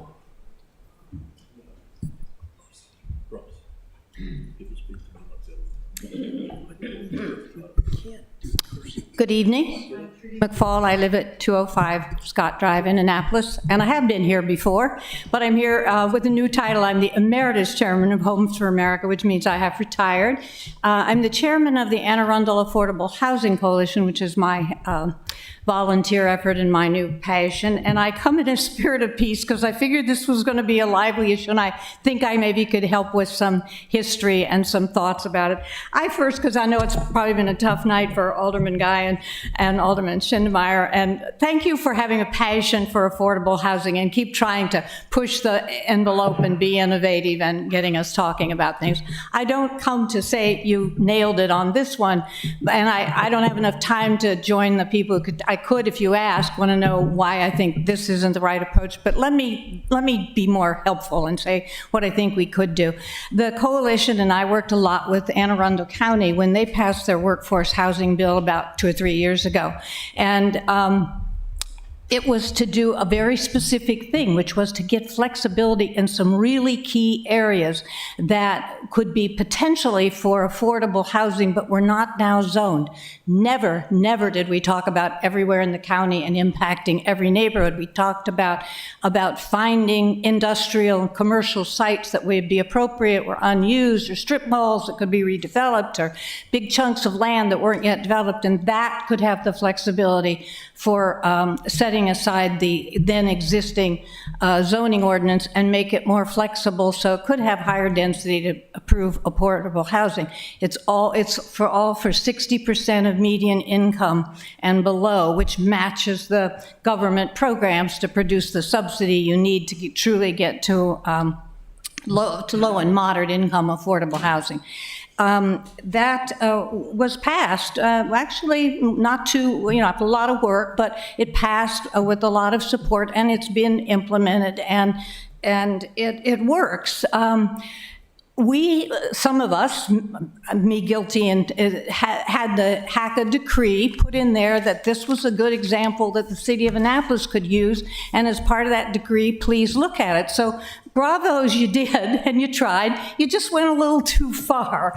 I think there's a kernel of truth in here, which is you've got some places, Spa Road, Forest Drive site, the radio station, some industrial and commercial vacant uses, or uses that, wouldn't it be nice if some of those car lots would move further out of town and that wonderful West Street could be redeveloped for affordable and other kinds of housing? So I think we're on a concept, if everybody slows down and controls their emotions about the issue, that we could find some places that one could craft a bill that said, here's some places that would be appropriate for more flexible zoning to create mixed income, multi-use housing. So So please, don't give it up, but this isn't, you've heard it, it's not going to get any nicer about this bill. We really can't start doing that to our neighborhoods. I'm still pining that you made short-term rentals in accessory housing and reading about Admiral Heights' letter in the paper. I was so sad when you did that. And we don't need any more of that kind of investor different uses pushing into our neighborhoods. So that's what I came to say, and I heard the buzz, so. Alderman Gay just wanted to comment. Thank you, Mr. Mayor, I appreciate it. It's out of order. No, Mr. it's Mayor. not. I mean, every now and then you do it, Alderman Savage, so I'm just, you can comment too. Yeah, I recall several times when he's asked questions in public testimony, and if you don't like it, get The Robert's, last time. If you get could Robert's Rules of Order. Just please keep it short, Alderman. I am keeping Thank it you. short. Thank I you. don't understand this tantrum. Are you're referring to 05419, I'm assuming, for the county's legislation, which initially started with which initially started by expanding to two additional zoning grades for additional development, correct? I'm not recognizing what you're describing, so you may be describing it a different way than I am, but it allows 05419, the more legislation. density in certain kinds of sites. Exactly. Yeah. And doesn't the county have more land? More of what? Isn't the county larger than the city, so wouldn't they have more opportunity to expand development? And to me, your argument, and I'm asking the question, are you insinuating that those who cannot afford the properties within the city of Annapolis, I think you have a few that were purchased to own, I believe, should go to the county to live because the county has passed workforce housing legislation? I don't, Senator Gay, I don't think you heard, Senator, I see I promoted you already. I don't think you heard me. I listed a number of areas with quite a bit of acreage in it that could be potentially productive for the city of Annapolis to redevelop, that actually be more suitable for housing, many of them, than their current uses. I'm not saying that at all. But I will say that I think the city of Annapolis, having listened to all these hacker discussions and developer discussions, the city of Annapolis has been quite generous. You've never turned down, to my knowledge, one of the state-funded affordable housing projects. We're not the most public housing in the nation like we've made a mythology, but we do have a lot, and we have a lot of, and so we don't have to overreact. It's not like we haven't worked hard all these years to produce affordable housing, and we still have more to go, and we do have more to go for those non-subsidized middle-income people. And I think you were trying sort of to get to that in this bill with a combination of the income levels. I'm not saying Annapolis shouldn't keep working on it. Hey, it's me, guys. You've listened to me nag you for years to do more affordable housing. I'm just saying you can't, this is a step too far to think that, and you didn't ask me why, but I'm just to tell you what, man, are you inviting investors in to gobble up Annapolis? I mean, investors are crazy to get housing inventory now. They're outbidding the nonprofits in buying the aging affordable housing, and when they hear they can come in and pick up this house and this house and this land, they're going to outbid any homeowner, any home buyer who wants to move to Annapolis. They're going to own this. If they didn't get us on short-term rentals, they're going to get us on this one. And you just can't do that to this city. It's just too much flexibility for the flippers and the developers and the investors. Please, you just cannot do that to Annapolis in the name of affordable housing. We don't have to. We have better alternatives. That's all I came to say. Thank you. Make those areas where you want diversity and they're not impinging on existing neighborhoods, zone them so they can have diversity. Great idea. Great idea. Thank you. Okay. Okay, anybody else? Anybody else like to come forward and speak? Mr. Mayor, I would, Alderman Pendle Charles. after the last person in the public. Go right ahead, ma'am. I didn't sign up. Is it? Yeah, please come forward, state your full name and address. Thank you. Hi, my name is Sydney Klabnik. I live at 6 Enclave Court, and I have never been to a city council meeting before, so I'm truly just speaking from what I've heard, different testimony and things like that. In particular, I heard a comment earlier that was expressing confusion about our city being compared to the city of Boston based off of an op-ed that was published this morning, and I just wanted to touch on that. The reason that the comparison was made between Annapolis and Boston is that the barrier to living here is more dramatic in a financial standpoint than it is in a large city like Boston or DC. When you compare the income that people make here versus the cost of buying a house or renting a house here. As a young person, I live with my mom. I do not pay rent. I work at Anne Arundel Community College, and I know that if I did have to pay rent or if I was living by myself, I would not be able to afford to live here. And as a young person who wants to continue to work in this county and continue to work in Maryland, the way that the status quo is, there is not a place for me. The reason that I have a place is because I come from privilege and I can live with my mom, who has wealth that she has accrued over her time outside of this state, outside of Annapolis, and she made enough money to be able to live in the city of Annapolis and to buy a home. Even then, it was hard for her.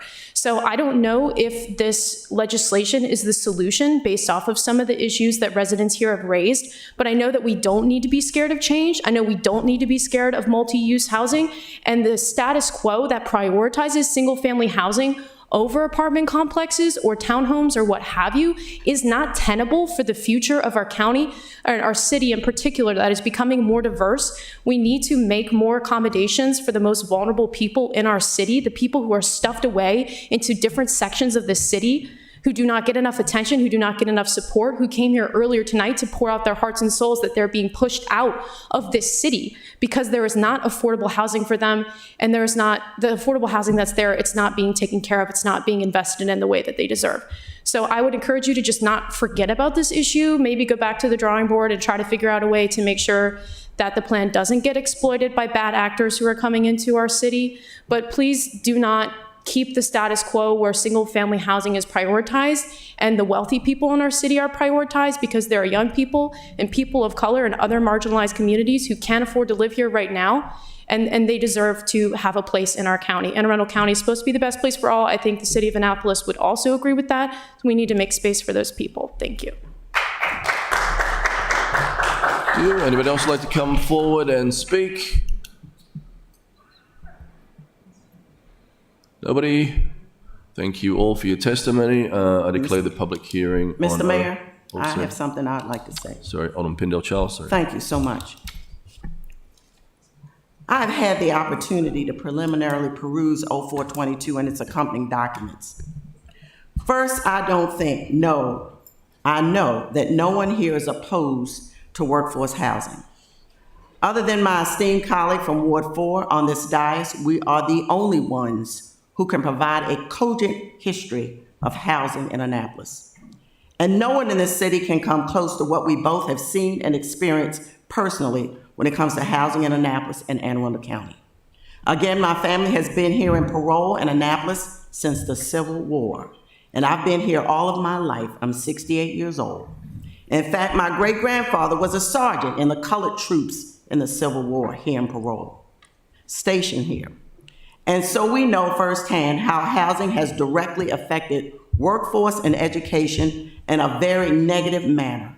Also, there's a YouTube video out there on the city's website that the city videotaped back in February entitled "The State of Black Annapolis, Past, Present, and Future," that I would encourage everyone to watch. It's extremely enlightening. So no one in Annapolis can question my authority on the history of housing and its impact on our city. No one. Also, apparently, it's been circulating out there that some of my esteemed colleagues on this dais are elitists, classists, and even racist. Now, I'm not on social media, so if I am wrong, I sincerely apologize. But if you can call them elitists, my colleagues, classists, and racists, then you can certainly call me and my entire African-American family elitists, classists, and racists too. I work with these colleagues every day. Apparently, many other folks do not. Trust me, I'm not a complainer, and I'm not a whiner, but I am someone who can see what's going on here. Stevie Wonder's blind, and he can see it too. Regarding this legislation, it really should be titled 0422 Spot Zoning for Ward 3. Without going into great detail, there are several things that jump out. Number one, with any type of zoning, the process should be methodical, well thought out, with input from all residents. It's like learning how to swim. You don't start off by jumping off the diving board. 2, it should be complementary to our comp plan, whatever that comp plan may be. 3, especially since our wards ought to be basically equal in the number of residents, it should take into consideration redistricting, especially when it comes to Ward 3. Has the entire infrastructure of the city, this is number 4, especially in Ward 3, has that been considered? Number 5, as I've said on numerous occasions, of the 4 parameters that surround Ward 3, there's one that entirely abuts the county, and the city has absolutely no say in what the county builds over there. Our mayor is very well aware of this and Ward 3's plight in this area. So Ward 3 is negatively affected, unlike other wards. Do my arguments sound recently familiar? Probably so. With all this being said, frankly, I am very disappointed in our city planning and zoning department, as well as our planning commission. There has been absolutely no consideration taken when it comes to Ward 3. Mr. Mayor, this bill is on not even first reader. It's not on the agenda for discussion. She's just, no. I'm a member of the public. This is not on first reader. And if you open it up for discussion tonight, we will discuss it in its entirety. It's not on first reader. It's not open. Alderman Gay. Alderman Pindell Charles has the floor. Thank you. It is comments by the general public. You can't be reading pages and pages. No, it's not. It's not. Can you I'll be please done in a close it? couple of minutes. As a sponsor of this legislation, if she is able to read this in a forum of discussion, I have to be able to respond to this. Please take 30 more seconds and I'm going to go around the Mr. room. Alderman Mayor. Savage had his hand next, please. Mr. Mayor, this is extremely important. Thank you, and I respect But everyone here. it's comments by the general public, not comments by the council. Please. Ward 3 has taken on a lot of housing. Number 1, Town Courts, 48 townhomes. Town Courts, Annapolis Towns at Neal Farm, 48 townhomes. Town Courts, 42 townhomes. Parole Places online for 50. Still outstanding is the Blackwell property. I just met today with the WNAV people. While the Maris apartments are not in the city in Ward 3, nevertheless, it's right over the line. And that's a lot of places. So we're talking about Ward 3, well over 1,500 units in Ward 3 or directly bordering Ward 3. Historically, Ward 3 has gotten crap we didn't want, and what we wanted we couldn't get. Alderman Pindell Charles, Thank you, I'm Mr. going to cut Mayor. you off. Thank you. Thank you. Alderman Savage. Thank you. I just want to ask that the public hearing be kept open. This is a very significant change that's being proposed, and I'm not aware of any kind of urgency as far as why this couldn't wait till January. Mr. City Attorney. If a motion is made. Second. Okay, there's a motion and a second to Keep the public continue hearing the open. public hearing open. For one more meeting, you have to get the votes to make that happen. Yeah, it's during the holidays. I don't see, again, there's a lot of sentiment. I just informed my constituents about this last week. So everybody at that meeting indicated that they would like more time. They're surprised at how short notice. So I just asked, but please, there's really no urgency unless the sponsors can say that there is. But we've kept other things open that have been quite similar. We have a motion and a second, so we're open for discussion. Alderman Gay had his hand up first. Thank you so much, Mr. Mayor. Really, I appreciate the opportunity to speak on this bill. I didn't want to get into this tonight. I didn't want to. It's unnecessary. It is going and to I the don't think the planning bill commission. should be open, and I'm speaking directly to the motion on the floor. The bill should not be postponed for further public discussion, and I'll tell you why. This bill was drafted in June. It was put on the agenda June the 27th. It's gone to the appropriate committees. It's been referred to the appropriate committees. It has not skipped any process, as some of my colleagues are alluding to. And the planning and zoning staff, the Office of Law, the city clerk's office have been upstanding the entire time, committed to the goal of creating more affordable housing. And not in any of the meetings, in our affordable housing meetings, and our human welfare meetings, and our housing community equity and development meetings. That's 3 commissions that the public has had the opportunity to give input on. We didn't just pull this bill out of the air. We've been working on it for a year and a half. the accusation that we don't know what we're talking about or that we're just making stuff up and we're reckless is completely false. And I don't appreciate it. We followed the rules. It's in compliance with the comprehensive plan. The Planning Commission has approved it to go to full body committee and to go to the respective committees. If you would like it to come to environment, bring it to environment, request it to your committee. But don't hold up the bill due to your negligence. I invited each of my colleagues to the Housing and Human Welfare meeting to discuss this bill in open forum, because that's what our committees are for.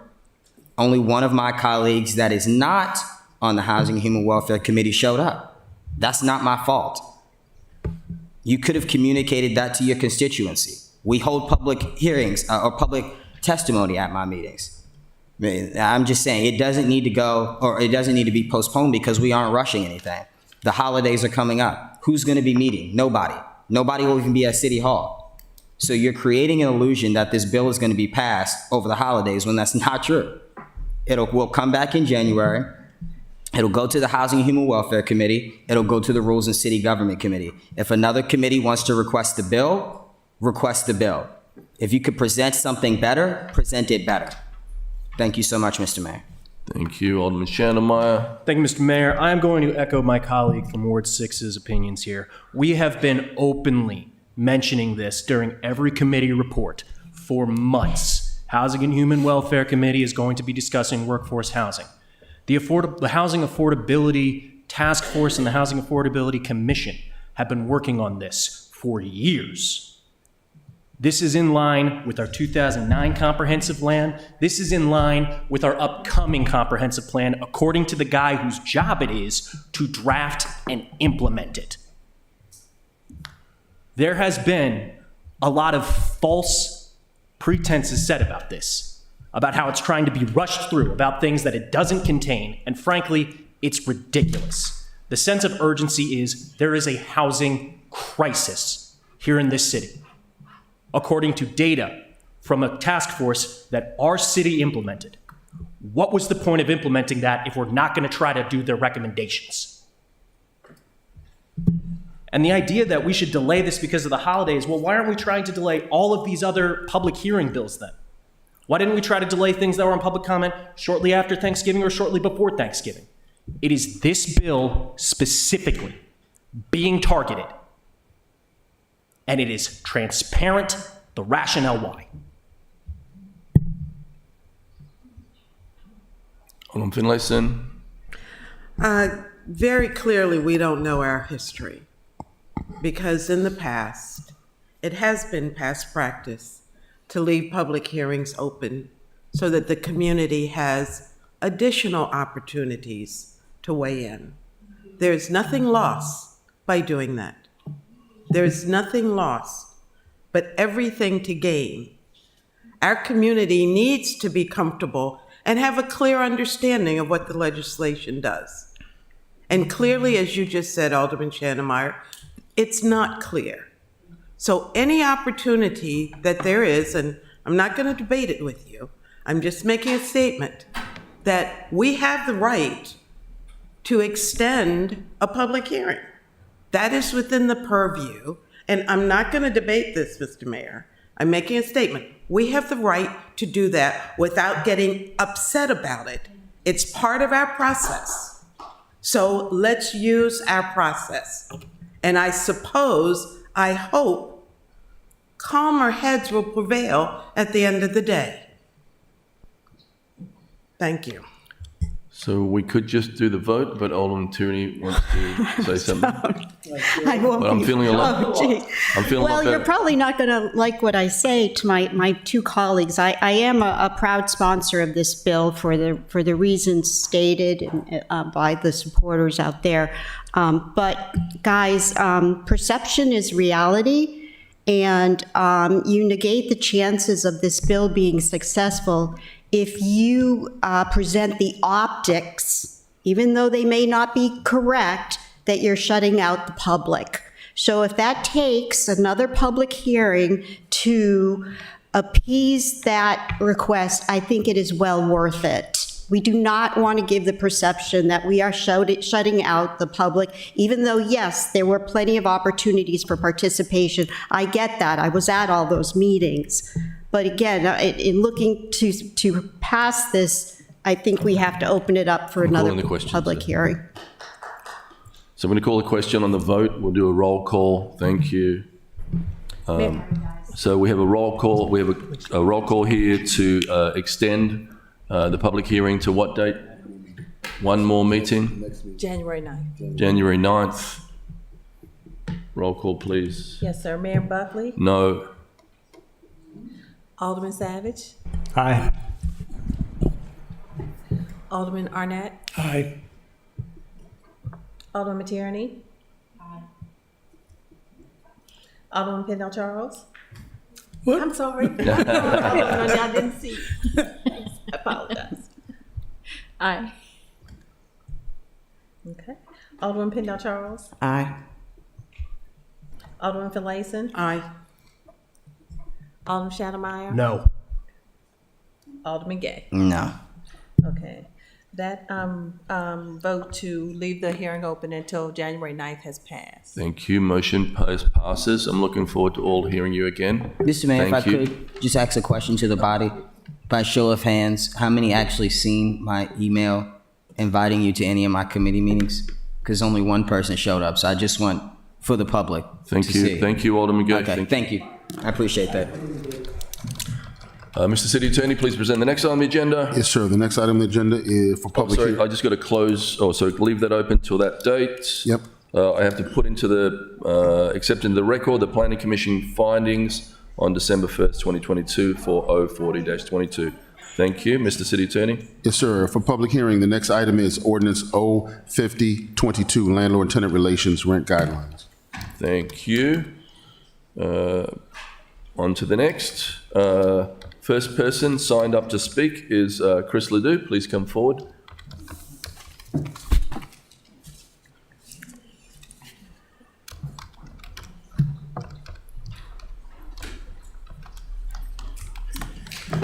Chris Ledoux, 215 Severn Avenue, Eastport.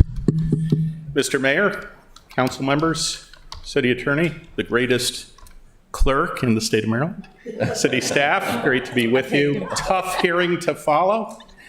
I'd like to say that I support the intent of this ordinance, but I don't support the ordinance's approach. And I'd like to talk to you and explain why. I'm a little curious why members of the body would be appointed by a majority of a committee, 2 older people.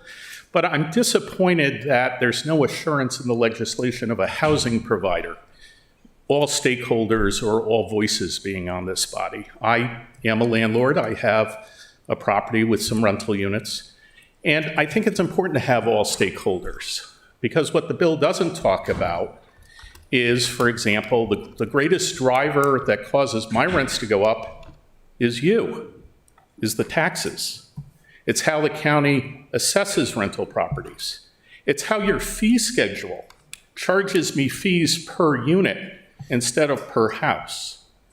It's how, depending upon a certain number of apartments, I get charged commercial water rates. So these are things a landlord or a housing provider on this body could talk about and talk about incentives. You provide me tax credits to fix my historic house. You give me low interest loans to put in sprinklers. You take care of the sticks and bricks, but you don't give me incentives or tax credits to help the people. Now, I'd like to think that I do provide affordable apartments. I do believe I provide workforce. My tenants have been students, servers, nurses, teachers. They seem to be a younger sort of demographic, and so they're starting out. It's sometimes their first job out of college. So I think it's important to have all stakeholders there. I think it's also important that there are some technical issues with this bill. I don't think the deadlines match up with month-to-month tendencies. I think it's workable, but I don't think it matches up with state law. I'm required to give a tenant a notice when I increase the rent, that they can have a review by the body, this commission, but I don't know what the procedures are, and I don't know what the powers of that body is. It says here that, it defines tenant as the person paying the rent. I will tell you the tenant is usually the person I enter into the lease with and who's occupying the apartment. There are circumstances when other people pay. I have had parents pay their students rent. For a year, I had someone displaced from a fire. The insurance company paid the rent. So I think there are some technical amendments needed here. The bill also sorry, Mr. Mayor, I'll wrap it up. The bill requires me to terminate the lease if the person refuses a rent increase. Doesn't allow me to reconsider, or if this body tells me I'm being unreasonable. And then what's very interesting, it requires the tenant to vacate. Mr. City Attorney, you know the process to try to vacate a tenant in the state. This says the tenant must vacate, but there's no enforcement. I don't think Mr. Malinoff, who puts out the regulations on the bill, wants to do that. But there's no enforcement and no fine. And in your code, it defaults to a misdemeanor when there's no enforcement mechanism. So I think there's some technical aspects here as well. I'm all for a commission, just like the Maritime Commission. Get a bunch of stakeholders together. Let's really study this. The intent is right, but it's a complex issue. More than a majority of your dwelling units in the city are rental units. Bring these people in. We'll tell you how to help. Most of these people are mom and pop. I'm sure you all know somebody who owns one, maybe two. We're willing to work with you. We're not the enemies. There are bad apples. Don't get me wrong, okay? But there's a lot of people here trying, and we'd like to work with you. Thank you. Thank you, Chris. Next up, Lorian Graziano. Good evening, everyone. How's everyone hanging in there? We've been at this a while now. Lauren Graziano here on behalf of the Maryland Multi-Housing Association. Lovely to see you all. I'd like to begin by thanking... Just got to give an address as well, please. Oh, sure. We're located at 11155 Dolefield Boulevard in Owings Mills. I'd like to begin by thanking Alderman Gay for correctly identifying a very important issue that I think we all can agree on, at least broadly, which is the need for more affordable housing in our communities. We may have different ideas of how we accomplish that, but we're all here united for the same purpose. I also want to thank you for your comments at the opening of the meeting, indicating that this is really meant to be the beginning of this discussion and that there will be a more robust discussion in the subcommittee with regards to this bill. So with that, I know my time is limited. I could never tell you everything I think you should know in 3 minutes, but I will try to give you the highlights. So I've read the bill.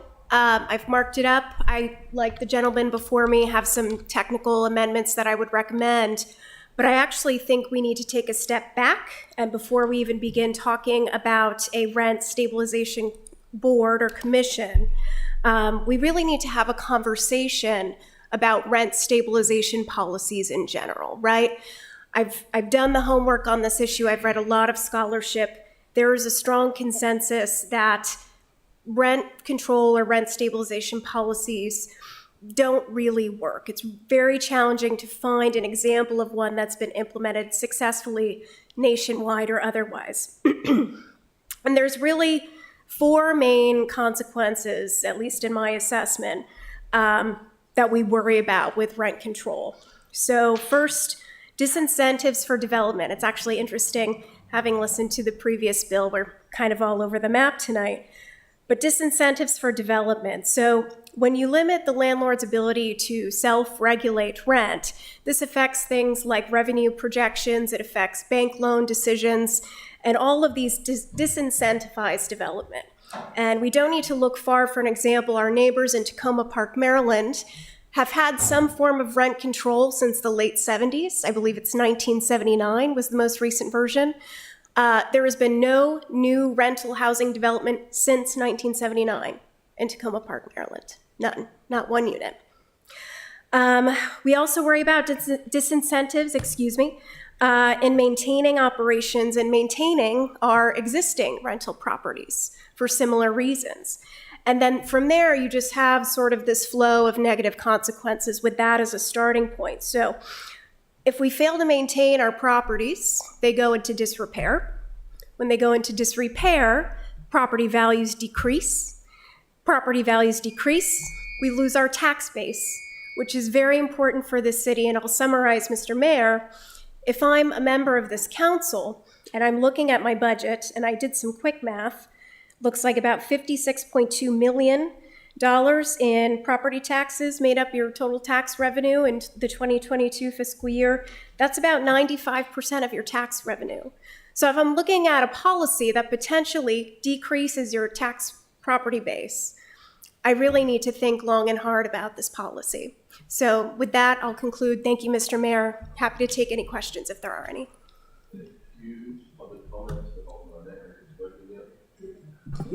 I just would ask that you may have already done it and I missed it, but could you send us your comments to the city clerk or to the city council members? Certainly, and please copy my homework. I will send you everything I have, every study, every piece of economic scholarship I have. Happy to do it. No, I think you're correct. This is important, and I do get a lot of complaints from constituents who are renters, and I don't feel that we really have the ability to address their issues. But like the previous speaker, I think there are insufficiencies in the ordinance, and I'd really like to see the information you have. I was particularly struck by your comment that rent control policies have a history of not working. Well, if it doesn't work, I don't want to do it. I want to do what does work.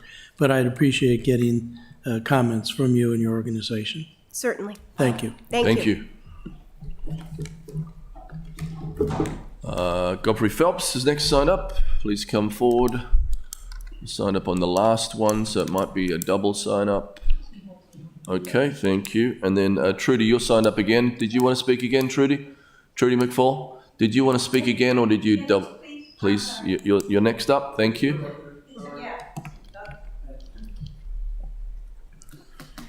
Trudy McFall, 205 Scott Drive, Annapolis, Maryland.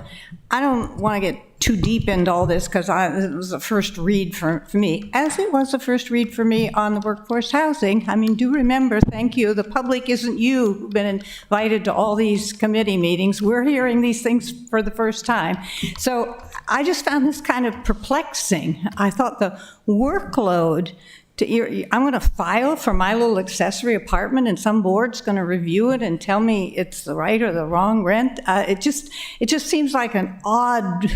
I thought the issue was most people were complaining about the quality of their housing versus their rents, and this doesn't speak to the quality of their housing. So I'm not quite sure what it's getting at, but mostly just as hopefully a helpful point, bear in mind all the state-assisted, all the public-private partnerships do have this kind of inspection in, because we've told the state and the low-income housing tax credits who we're going to serve, and there's a ratio of what that means the rent has to be. And so it's not that there's an absence in most all of the low and moderate income housing in town between the public housing and the, I'm sorry, I think it's about 12 public-private partnerships. So that's sort of taken care of. So are there really citizens going to want to sit around and look at all this paperwork and they don't really have any authority to do it's not like rent control, it's kind of like rent hassling or something. I mean, I just thought it was a peculiar approach. That's all I wanted to say. Thank you. Thank you, Trudy. Thank you. Anybody else like to come forward and speak on 050-22? Nope.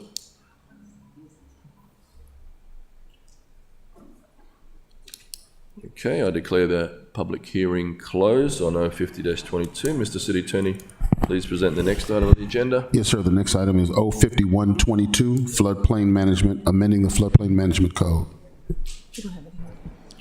Would anyone like to come forward and speak on 05122? We have no one signed up to speak. Come on, this one's exciting. Okay, seeing no movement, I declare the public hearing 051-22 closed. Mr. City Attorney, please present the next item on the agenda. Yes, sir. The next item on the agenda starts with legislative action. First readers, 05522, sediment control inspections, process, fees, and milestone inspections. Is there a motion to adopt 0-55-22 on first reader? Alderman Savage, Sorry, say that again. can I get a motion? So, Yeah. And a second on first reader? Second. Thank you. All those in favour say aye. Aye. Opposed? Thank you. I'd like to refer 055-22 to Economic Matters and Environmental Matters Committee. Mr. City Attorney, please present the next on the agenda. Yes, sir. The next item on the agenda is 05722 for first reader, Residential District Code Section Correction. So move. Thank you. Can I get a second? Second. Thank you. All those in favour say aye. Aye. Opposed? Thank you. Mr. City Attorney, please present the next on the agenda. The next item on the agenda for first reader is R 6122, Annual Meeting and Tourism Industry Reception. So move. Second. Thank you. I just want to make a comment on that. I sponsored this. So we're talking about the parking lot behind the Conference and Visitors Bureau. So when that was designed to host events on, the new leadership at the Conference and Visitors Bureau has taken advantage of that for the first time in a decade or something. It's going to be a beautiful event that we're all invited to. People will be able to park in the garage, so we won't lose parking revenue, but we'll have to relocate the parking for the 4 or 5 days that they need to use the site. Alderman Shannemeyer. Mr. Mayor, are you telling me that this is taking a dead sea of asphalt and finding actual good way to make it a community space? Yes. Add me as a co-sponsor. Okay, thank you. Move, postpone the hearing.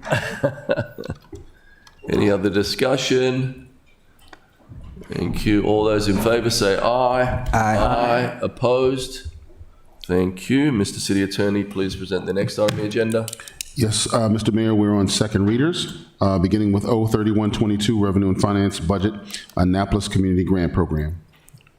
Is there a motion to adopt 0-31-22 on second reader? So moved. Second. Mr. Mayor, if I could have a conversation in the discussion.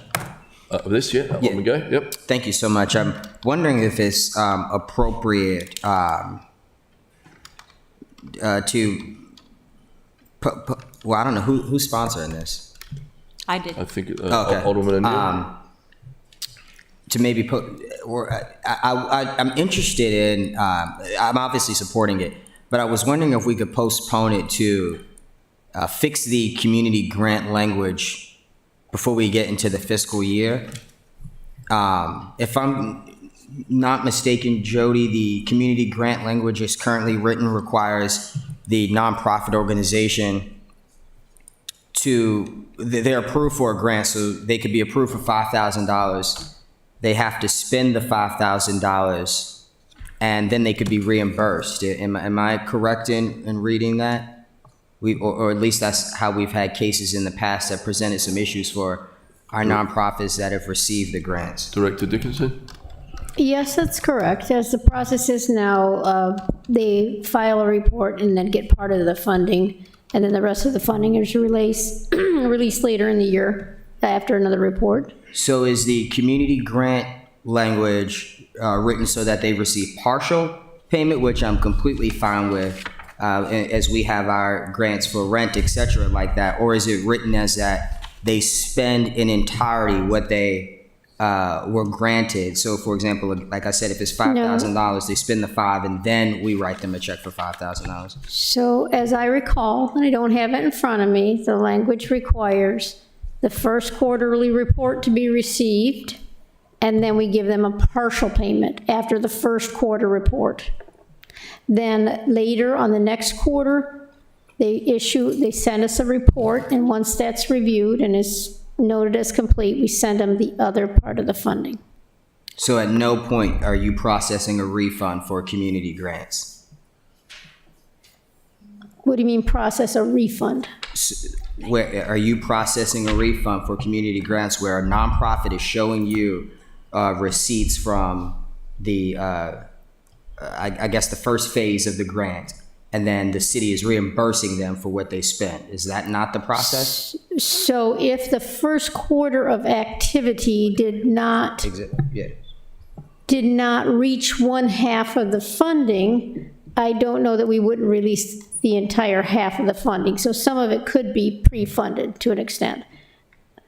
So I'm not sure what the issue is with the connection to the legislation, because they thought this was an attempt to allow. Well, it is, but the reason I asked Okay. and how it was connected to the legislation, because the budget is quickly approaching, and I thought, well, maybe if they've already opened the code on community grants, if there is an error, then it could be fixed. And I had been told by staff that there have been issues with the community grants related to the processing of payments and reimbursements, and that's why I asked the question. Thank you. Okay. On Finlayson might have some clarification. I think I need some clarification, because what I'm hearing is very different from what has been our past practice. We have broken the grant amount down into quarterly increments. And at no time was staff required to evaluate how much of the program has been utilized during that quarter. Am I asking the right question? So you're catching me a little off guard here, because I don't have the code section in front of me. It is my understanding we require quarterly progress reports, but that report does not dictate how much we send. At the first release, we send half of the funding, not a quarter of the funding, a half the funding, and the other half is released upon one of the later quarterly reports. Well, that is what has changed, and I think so. If you're saying that, so we're not sending. I'm trying to think if we're sending 2 or 4 payments a year. That's what I don't recall. I can tell you it has been 4 payments, and I heard from organizations in the last year or two who, when September, October rolled around, they had not received their first quarterly increment. So I think, I don't want to belabor this, but I agree with Alderman Gay that this needs to be considered. And maybe this isn't the place to do it. But we need to be clear for the nonprofits as to how they're receiving their funds. And if there is a connection to the funding that they're receiving and the services that they're providing, we need to figure out who's going to be doing that. You know, I keep hearing we're overworked. We can't do any more. So this sounds like something additional that somebody's going to be doing. Okay, so, and I will say that there have been thoughts from the people that are processing these grants that it would be helpful to streamline the procedures as they're currently written. They are very cumbersome, doing the quarterly reports. And many of these grants are smaller in size. So it's a cumbersome reporting process for us in light of the smaller dollar amounts of the grants. So there is some support from the staff to simplify the process, but that's something that would, have to come in some kind of comprehensive revision of the reporting process. Well, I would hope that that would come before the council. No, it would have to. I'm just saying that there have been other conversations about the same situation, the same procedure, but I don't know how this the current legislation is, I think, trying to address another. So, Mr. Mayor, I don't want to belabor this. I think we can do this outside of this legislation. I think the Finance Department is very supportive of streamlining it, but that's different to this legislation that we're voting on here. Yep. Okay. Thank you. So we've got a motion and a second. All those in favour say aye. Aye. Aye. Opposed? Thank you. Is there a motion to adopt O-31-22 on third reader? So moved. Second. Thank you. Madam City Clerk, please call the roll. Yes, sir. Mayor Buckley? Aye. Okay. Alderman Savage? Aye. Alderman Arnett? Aye. Alderman Tierney? Aye. Alderwoman O'Neill? Aye. Alderman Pendle Charles? Aye. Alderman Finlayson? Aye. Alderman Shannon Meyer? Aye, and please add me as a Alderman Gay. co-sponsor so I'm not left out. Aye. Okay. That ordinance passes. Okay, Mr. City Attorney, please present the next on the agenda. The next item on the agenda for second reader is R 5822, amendments to Title II, the FY 2023 fee schedule.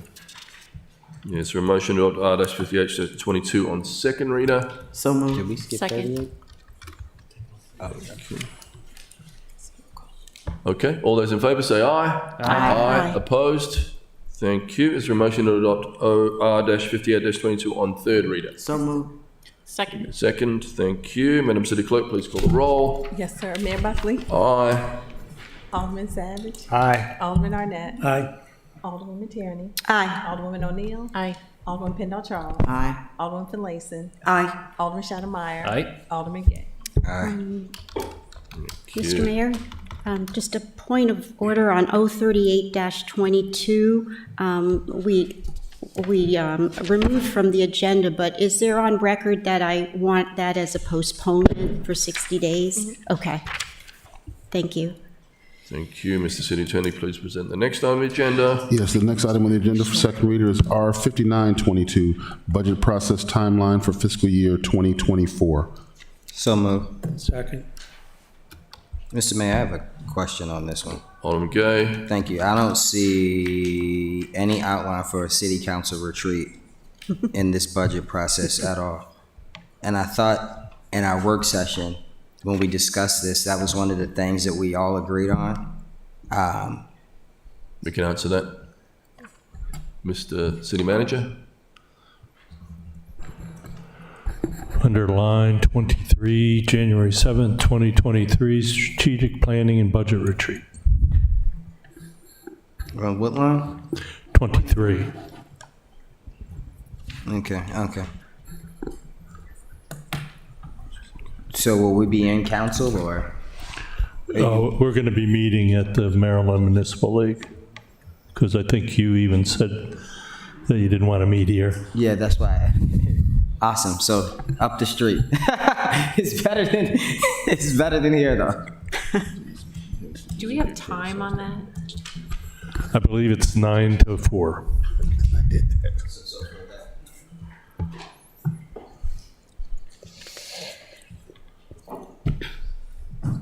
Kaylin, would you be able to actually ahead of, or is it, can I ask her a question in the meeting? What do you need, sir? For our, for these, could we get the times then? For example, he just said that one would be 9 to 4, so that we can just set our calendars accurately for that? Yeah, we can just, send me an email. Okay, so perfect. to remind me and Kaylin, you can send it directly to her, but just CC me, just so we can take care of it.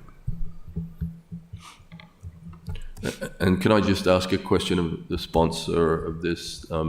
Is the timeline to be determined, is it? I'm sorry.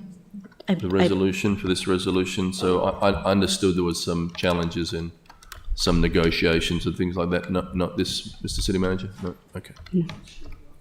Okay, so we've got a roll call for this. Thank you. Yes, sir. Mayor Buckley? Aye. Alderman Savage? Aye. Alderman Arnett? Aye. Alderwoman Tierney? Aye. Alderwoman O'Neill? Aye. Alderman Pendle Charles? Aye. Alderman Finlayson? Aye. Alderman Shademeyer? Aye. Alderman Gay? Aye. And that resolution passes. Thank you. Mr. City Attorney, please present the next item on the agenda. The agenda is complete, Mr. Mayor. Okay, well, this is a lively one. Makes me feel better about my dinghy. Is there anything else for good order? Alderman Savage. Thank you, Mr. Mayor. I just want to point out, this is for everybody, entire council, and actually anybody who comes to this chamber. We do have orders of decorum in our code, which prohibits any kind of personal, defamatory, profane remarks. And that's at the discretion of the chair and the council if we feel to enforce it. But I just think it's important to keep that in mind, as our colleague from Ward 4 said, in terms of cooler minds, I think. And I just think we should also try to adhere to that even outside the council, as far as any kind of personal attacks. It's okay to argue until the sun comes up in terms of policy differences, but I think we cross a line when it comes to personal attacks. Thank you. Thank you. We're going to stop Alderman Chandler's head exploding. Please don't do that. I also think pointing out similarities of rhetoric Okay. between certain people and pointing them out as politer versions of infamous far-right, some would argue fascist talk show hosts, and correcting the records boldly is not insulting. It is pointing out accurate statements. Anyone got some nice things to say? Alderman Gay? I do. I actually was going to just close out with happy holidays. I love each of my colleagues on the council, and I look forward to working with you all in the new year and getting some stuff passed. I really have appreciated this last year with you all. Thank you, everybody. I'll echo that. It's been a great year to work with you all. I know we're all passionate and we all work hard here. And lastly, next year, I would like for us to request that the city clerk decorate City Hall for us. Because we miss all the beautiful poinsettias that used to adorn the dais. And I'm sorry, here I am putting one more thing on your plate, but it's a fun thing, so. It's fun. But we can do a little bit better, I think. I think you guys cut that out of the budget, didn't you? No poinsettias. All right. Okay, could I get a motion to adjourn? So moved. And a second. All those in favor say aye. Aye. Thank you. Meeting adjourned. Thank you, everybody. Did he really say?